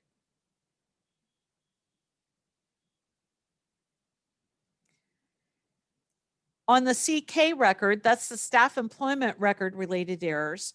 These could be either payroll human resources errors or student information system errors. Evaluate each error to determine the source. Again, blanks are not valid. The CK.0026, if in Title I school-wide building, paraprofessional code is invalid. This is a warning, and this is to say this person is coded as a position code 415. According to your CCIP, if the building is a Title I school-wide building, or if the position fund source on that person's employment record is a G, then the qualified paraprofessional field must be yes or no.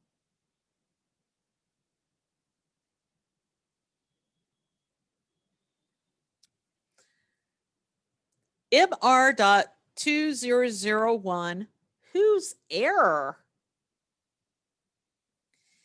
MR.2001, teacher must have at least one course master.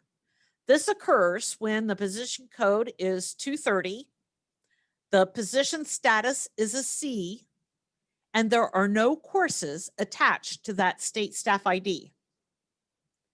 Questions to ask: is this employee still employed in my district this year? If no, enter a separation date prior to the first scheduled workday for the fiscal year as separation reason and change the position status to U on the payroll or HR side. Is the employee a teacher of record for classes? If no, if this is a special education inclusion or pullout, then the position code should be a 212 instead of 230. If it's a gifted intervention specialist or preschool itinerant, then students should have the program codes or membership codes with that staff member attached on the SIS side. Is the state staff ID the same on payroll HR as on the student side? Who is correct? If the employee started the year but then left, there should be a CU staff course record with that member attached for the time period they taught the course. So if you have someone who started the year and then they left, they should have a teacher history record from the beginning of school until the day that they left, and then a new teacher history record should be added for the next day of who replaced them. If a long-term sub that took over for an employee who left, they should be attached to the course as teacher of record for the time period they were teaching the course, and that long-term sub needs to be reported to EMIS on the staff side. If the staff member is employed by the ESC, is a CJ, contractor staff employment record, built pointing to the district where the staff member is teaching as reported by the ESC.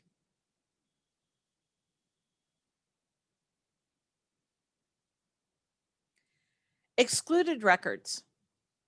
The first thing I do when I open my excluded records file is apply filters and filter the first column on the type of CN. Because once I fix my course master errors, all of my student subject GN errors will go away.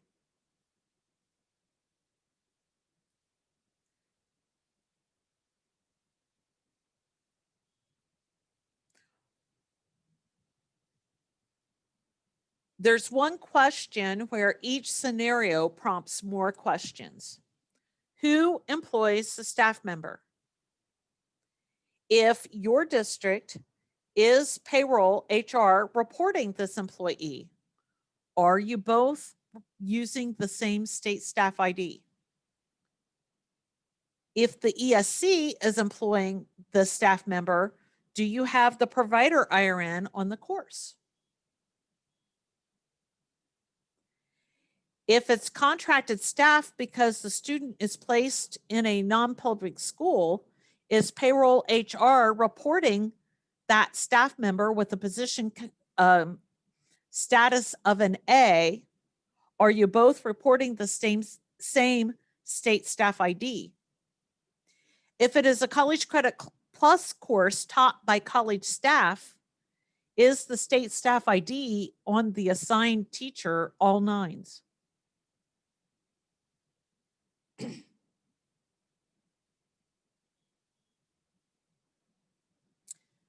Missing staff. There's two types of missing staff. We have fatal errors and we have missing data.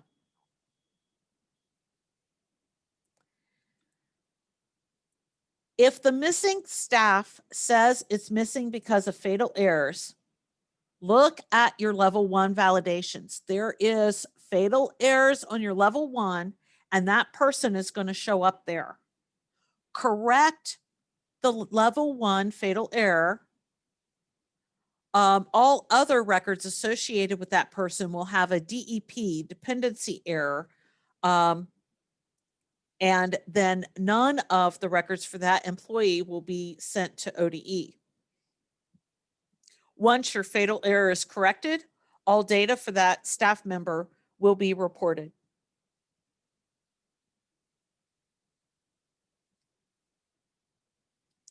Missing data. This can occur when an employee reported without a separation date and reason in the FY20 final staff course collection is not included in the FY21 collection. If it is because the state staff ID changed from a ZID to a credential ID, request a staff override. I need to put a ticket into ODE and I need to say this ZID needs to be replaced with this ZID. If you have more than one that you need to request, please create a spreadsheet that the only thing that is in the spreadsheet is your district IRN in column 1. Column 2 is the old ZID, and column 3 is the correct state staff ID. And then I will upload that file to ODE.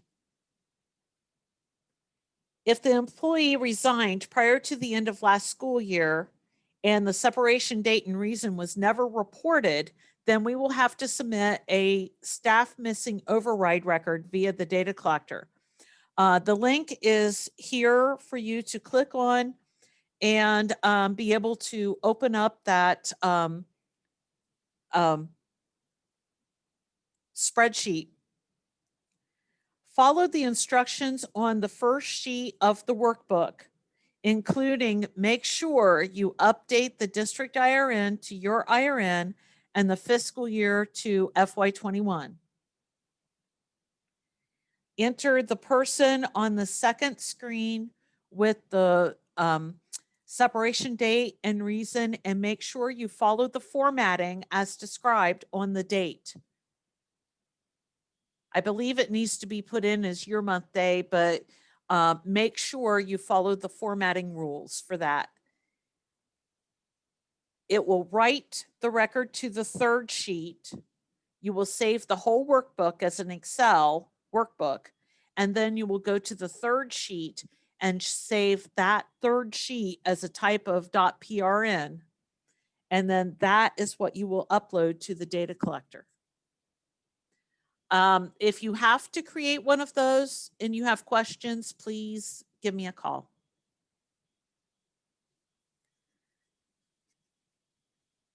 Staff changes, make all changes in payroll. Extract your data per your software requirements, and then run your collection again.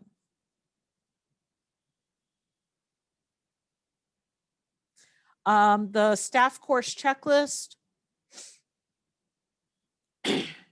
Again, there's one version and it's out in the help in student information under checklist. There are 2 collection periods. Okay, we're going to jump right in. Task 1, run invalid subject to verify subject codes. Go to the verify update and transfer menu. It lists all of the subject codes not valid per the current EMIS manual. And it also indicates if there are students enrolled in that course section. If there are, then you need to make sure that that subject code is changed. And also, if that course needs to be reported, then make sure that the subject code is valid.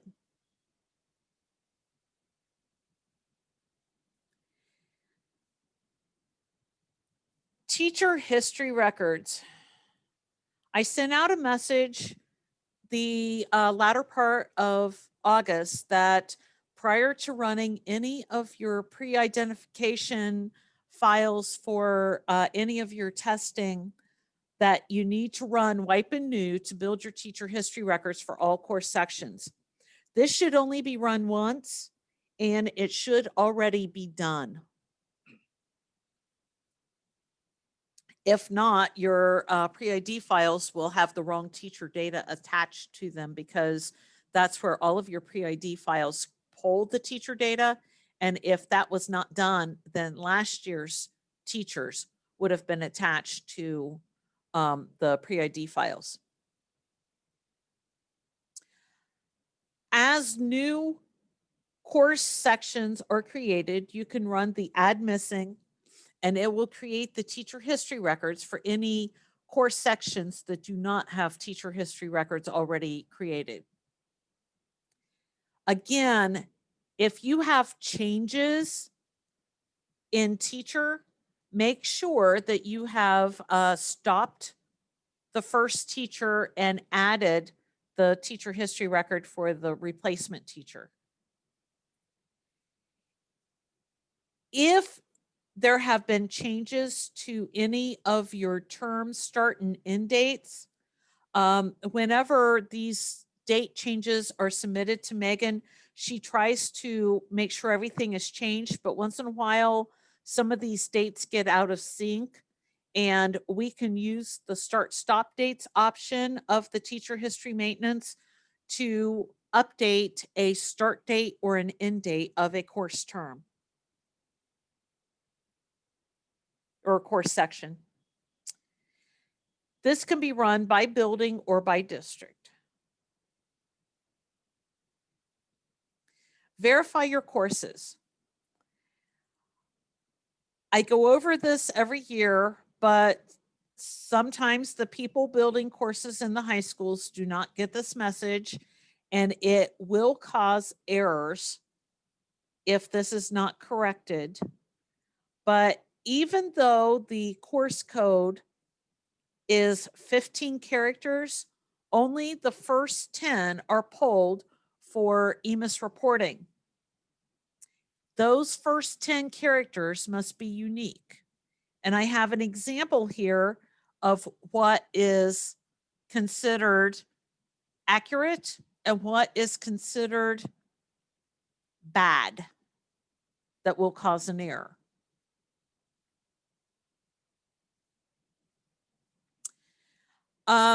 They added new fields on the course record that you can indicate is an NCAA core course. This is not EMIS reportable, but it will allow your district to verify students considering athletics in colleges that will meet the requirements needed for Division I and Division II colleges. So your high school guidance need to know that these fields are available. There's also fields for College Credit Plus,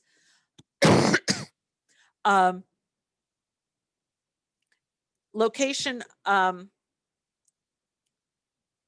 CCP, location IRN, college location, and then the college credit hours. And that's on the general tab or the marks tab of the course record.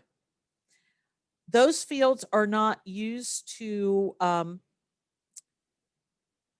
for EMIS reporting, but they are pulled on the transcript, and the college credit hours is used when you do the college credit management screen to enter the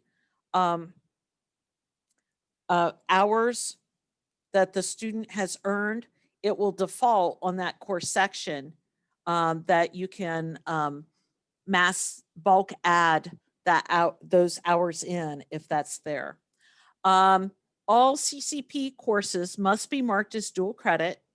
They must have a curriculum value of PS and the location IRN of the college. The only exception is that the CTE, CCP courses with the delivery method of CP, the IRN should be of the program on the CTE 26, not necessarily the college. This includes classes taught at your district by your district employees.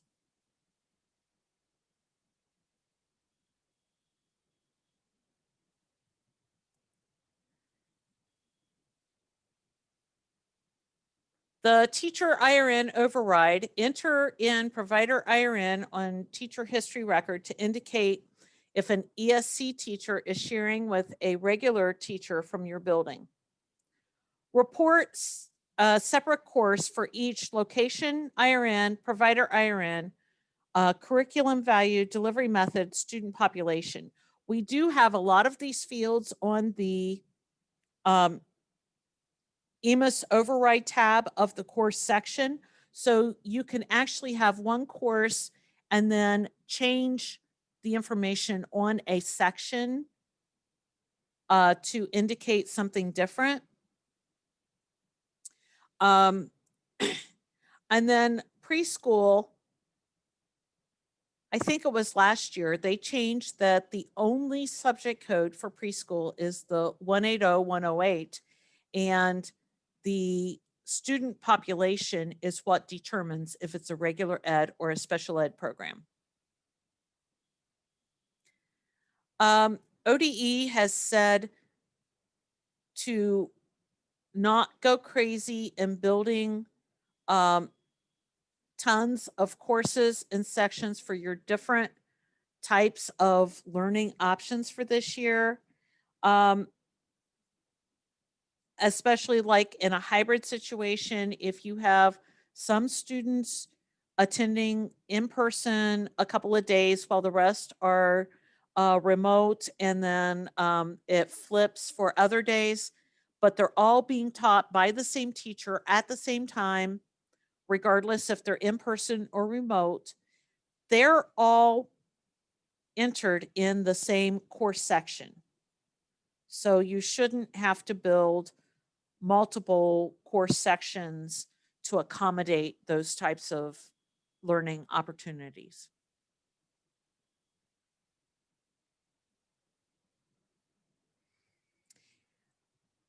Task 6, run verify reportable courses. In the verify, update, and transfer menu, it lists courses that are not marked as report to EMIS. If any of these are academic courses that should be reported, then you can go ahead and mark those on that screen. Verify your course information. There is a new report in the Analytics Hub called Report Course Detail Report. This lists everything, and I would suggest that you create this report and then export it to Excel, because there are so many columns, but it has all EMIS fields on these course sections. The course report limits the number of columns you can have on that report, and it doesn't include all of the EMIS reportable fields. This report is a very nice but very wide report.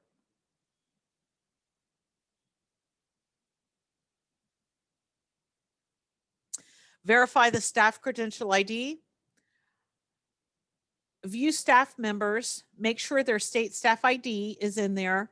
For College Credit Plus courses that are taught by a college employee, the ID should be all 9s.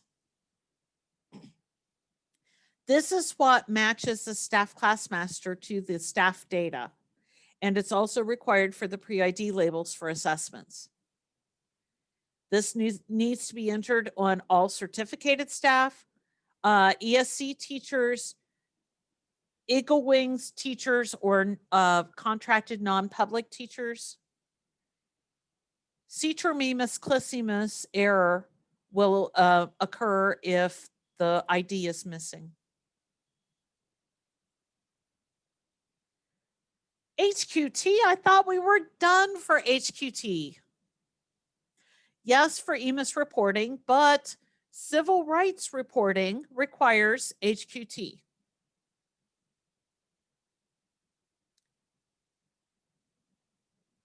The teacher history tab is required, so make sure that there is teacher history record before you start to do the HQT information.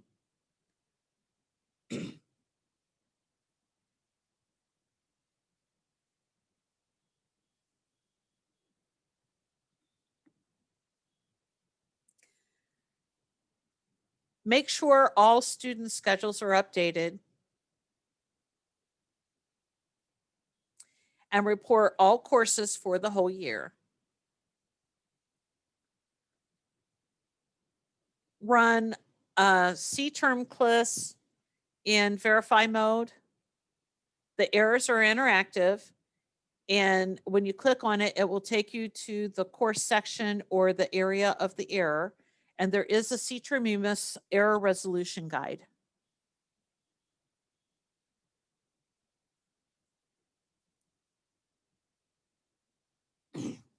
When you run it in update mode, make sure all schedule changes are made. The drop, remove, transfer functionality has been updated to prevent a user from removing a course that has a curriculum value that starts with a V once CTERM CLIS has been processed in update mode. Users will only be allowed to do drops or transfers.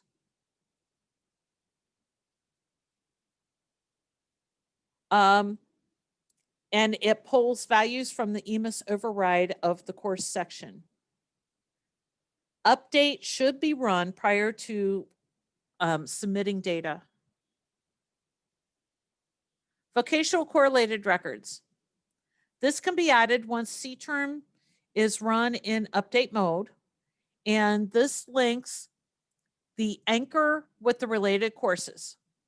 This will transfer from year to year.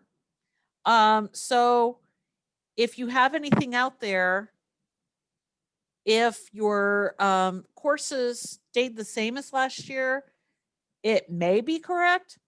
If anything changed, we'll have to revisit this. And feel free to give me a call and say, help, I want you to look at my vocational correlated records. Or I want you to look at my mapping records. Mapping records is only for career tech courses. And this is where you have 2 courses that need to be reported as one. The examples of this is you have everything reported as semesters, but it needs to be reported as a full year course. So we're mapping a semester, first semester course to a second semester course, or we have a CBI work and it has multiple sections because kids come and go at different times. And all of those need to be reported as one course. And so if you have any of those that need to be done, feel free to give me a call. In order to map, both classes must have the same values in the subject code, curriculum element, employee ID, delivery method, educational option, and student population. Task 15, update student college credit values. CCP courses must be marked as dual credit. The college credit management page has 2 tabs. The EMIS student tab is your current courses. Select your course and your section. It will display all of the students in that course. And if there is a college credit hours on that course, that will be at the top. You can select the students to update and then hit your bulk update and it will populate that with the value. Then there's the manually entered courses tab. And those are the courses that were entered in through course history, manually entered, and they have the course that's marked as a dual credit course. Then you need to enter in the college credit hours that the student earned for that course. All students need to be updated with this, not just seniors. So if you have students in lower grades that are taking College Credit Plus courses or have taken College Credit Plus courses, then those all need to be updated.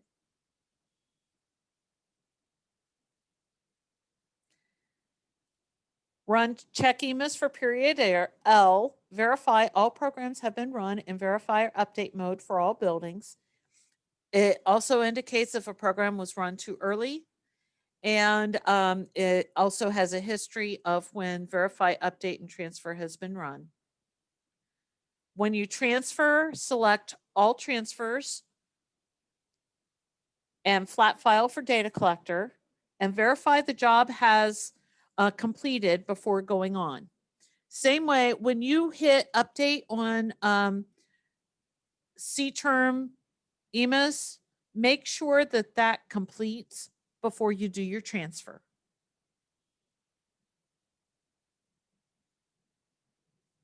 The EMIS coordinator will select the initial course collection, start the collection, and we've already talked about where they'll know if they do SIF and data sources or just the data sources collection.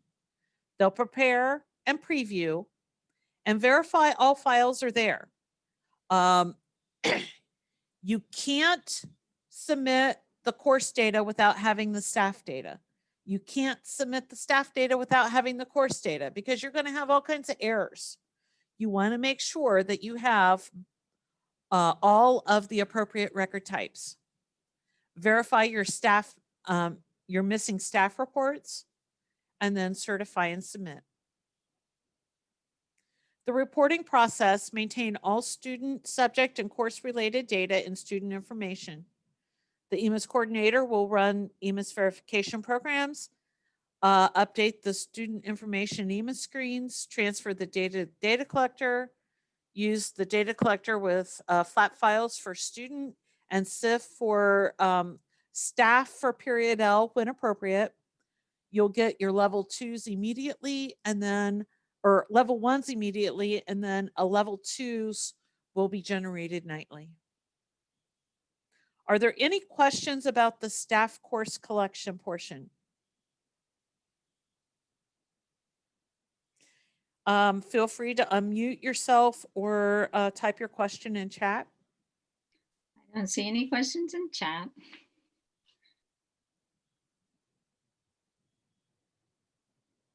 Did you ever hear anything back from ODE? Oh, wait, yeah, about her air. Which air was that, Barb? Oh, Staff Thomas. I have to check, Barb. I'm not sure. I have heard back on that one.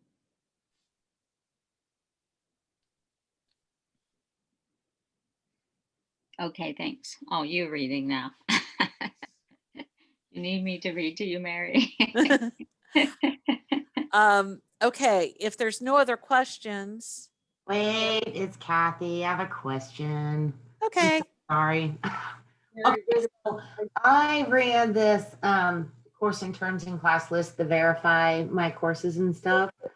And I'm getting error 14. It says that staff ID cannot be on lines if courses not post-secondary. This is our, they created a teacher for our kids that are doing the digital academy. They created someone called Mr. Digital. And I think they created it just like they did Mr. CCP. So any clue if we are using, You cannot do that for your digital staff or for your digital courses. You have to have an actual certified teacher attached to those courses. Okay, so I need to figure out who that teacher is and not have it Mr. Digital. Yes. Okay, thanks, Mary. Mary, I have a quick question too. Just for the course section, this is in regards to, let's see what class this is, task 5. Under course sections, I always get this confused, but under the team teaching. Okay, so I have an intervention teacher and I have a regular, say, social study, government teacher. And this, so when I put in the teacher history, I just put lead teacher. I don't use co-teaching, right, for that? Because they're not. Okay. My question on that one is, on the meeting times tab, you have both teachers listed. Correct. Are both listed as teacher of record? And before you answer that question, I'm going to give you a couple of definition questions. Team teaching, true team teaching, is where both teachers are actively educating all students in the course on equal level. And if that is truly team teaching, then both teachers would be marked as teacher of record, and both teachers would be on the teacher history tab as co-teaching that course. Now, if it is a situation where we have an intervention specialist in that course, but they are only assisting and helping with the students that are students with disability, and they are not assigning or having equal contribution on assignment of grades for all students, and the regular teacher is the teacher who is assigning the grades for the special ed students with the assistance of the intervention specialist. Then on the meeting times tab, that intervention specialist should not be marked as teacher of record. And on the teacher history tab, only the regular classroom teacher should be on that course as teacher of record. If you have both on the teacher history tab as teacher of record or co-teachers, then on the certification, it will look at the certification of each. And if the course is not qualified for a special ed course, but it sees the regular ed teacher and both were in the course for the same length of time for the year, it will go to certification of the regular teacher and ignore basically the intervention specialist. If in fact they were reported as a co-teacher accurately as both contributing equally to all students in the course. So now you can answer the question how your course is actually conducted. Okay, so that makes total sense. So I have it that it's just my lead teacher because my intervention specialist helps with the students in the classroom, and it is not an equal part. So I would not put them on the teacher history, nor would I put them teacher of record on the meeting times. In order for them to help with attendance purposes, I can just add them to the meeting time without marking them as teacher of record. Is that correct? That is correct. Okay, thank you. And they can see the grade book and they can do everything. They can have the class in there as the grade book and they can contribute grade wise, but they just won't come across as teacher of record. Yeah, every year I struggle with this. I don't know why it gets me, but it does. So, okay, thank you for that clarification. You're not the only one, Jenny. Rest assured, you're not the only one that struggles with that. I will fix all of this today. Thank you. You're welcome. Are there any other staff questions?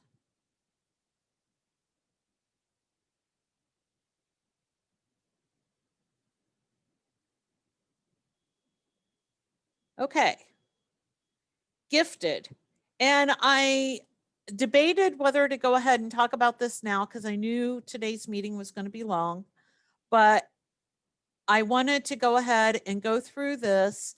I've talked about gifted, but I don't know that I've ever actually shared with you the gifted checklist or talked through the tasks on the gifted checklist by itself. So we've always talked about on the gifted, the first thing you do is create your default rule. And I gave you the breadcrumb trail of how to get there, or in the go-to box, you type gifted and then select gifted rules maintenance, which is how I get there with my shortcut. Add a rule called default and hit save. Don't select anything. Don't put any serve or any screened. Don't put any dates. Just leave a blank screen. This will be used to create the default gifted record for anyone who is not in a grade that has mass screening. Step 2 is to create your grade specific rules. These can be created at the district level if they apply to all students in that grade level in the district, or if you have multiple elementaries that have the same grade level and one building screens students in one subject and another building screens students in something else, then you can create grade specific rules at the building level. And then you would have to remember to do the gifted mass update in those specific buildings. Create a grade-specific rule for any grade level that has mass screening during the year for what areas are screened, and it does require you to put in a date. This includes 11th grade students who take the ACT or the SAT, whichever one that your district uses. That is considered a mass screening.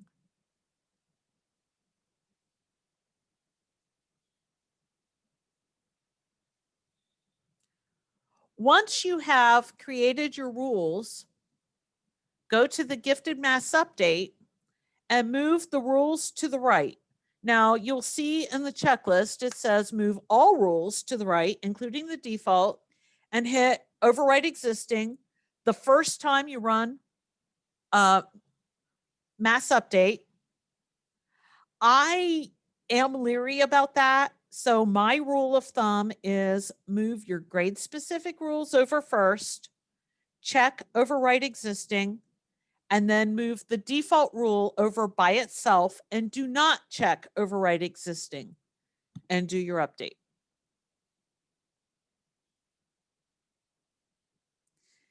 If you have anyone that after they were screened needs more assessment, then go to the student gifted record and check the boxes of the areas that they were assessed for the current year. The screened, assessed, and served are current year information records or fields only.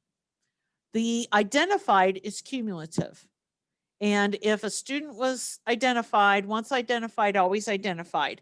If you have new identifications, then update the record to indicate what area they are identified and the date that they were identified.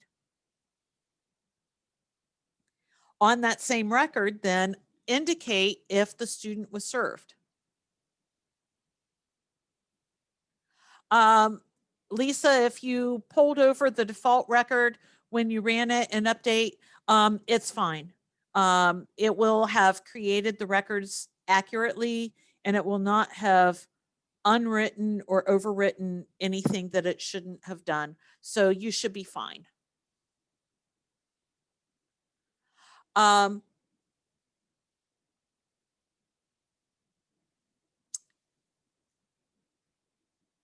If you have, and this was a change in reporting, I'm thinking 2 years ago, it had been if you had a student who was identified in superior cog, but they were served in math, that people were reporting that they were served in math, even though they weren't identified in math.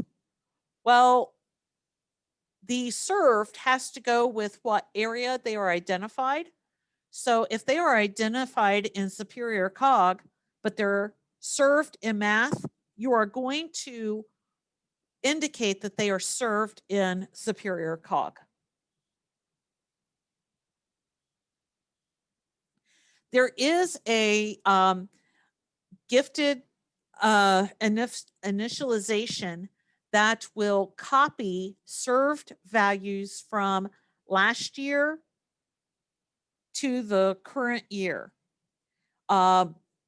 This has to be done at the building level, and you indicate what grade levels you want to copy. Now, if I remember correctly, if that student isn't in that building this year, but moved to a new building, then that record will not get updated. So your grade levels that moved buildings, you would have to hand update those, I believe. But if you want to try this, I am not a person who believes just because they were served last year means they're going to be served this year in the same things.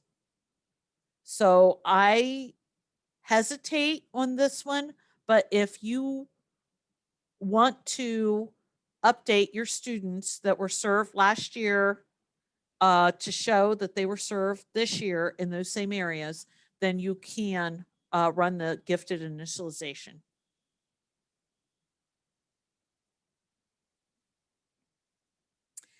run the gifted mass update periodically for the default rule to add the gifted record for newly enrolled students.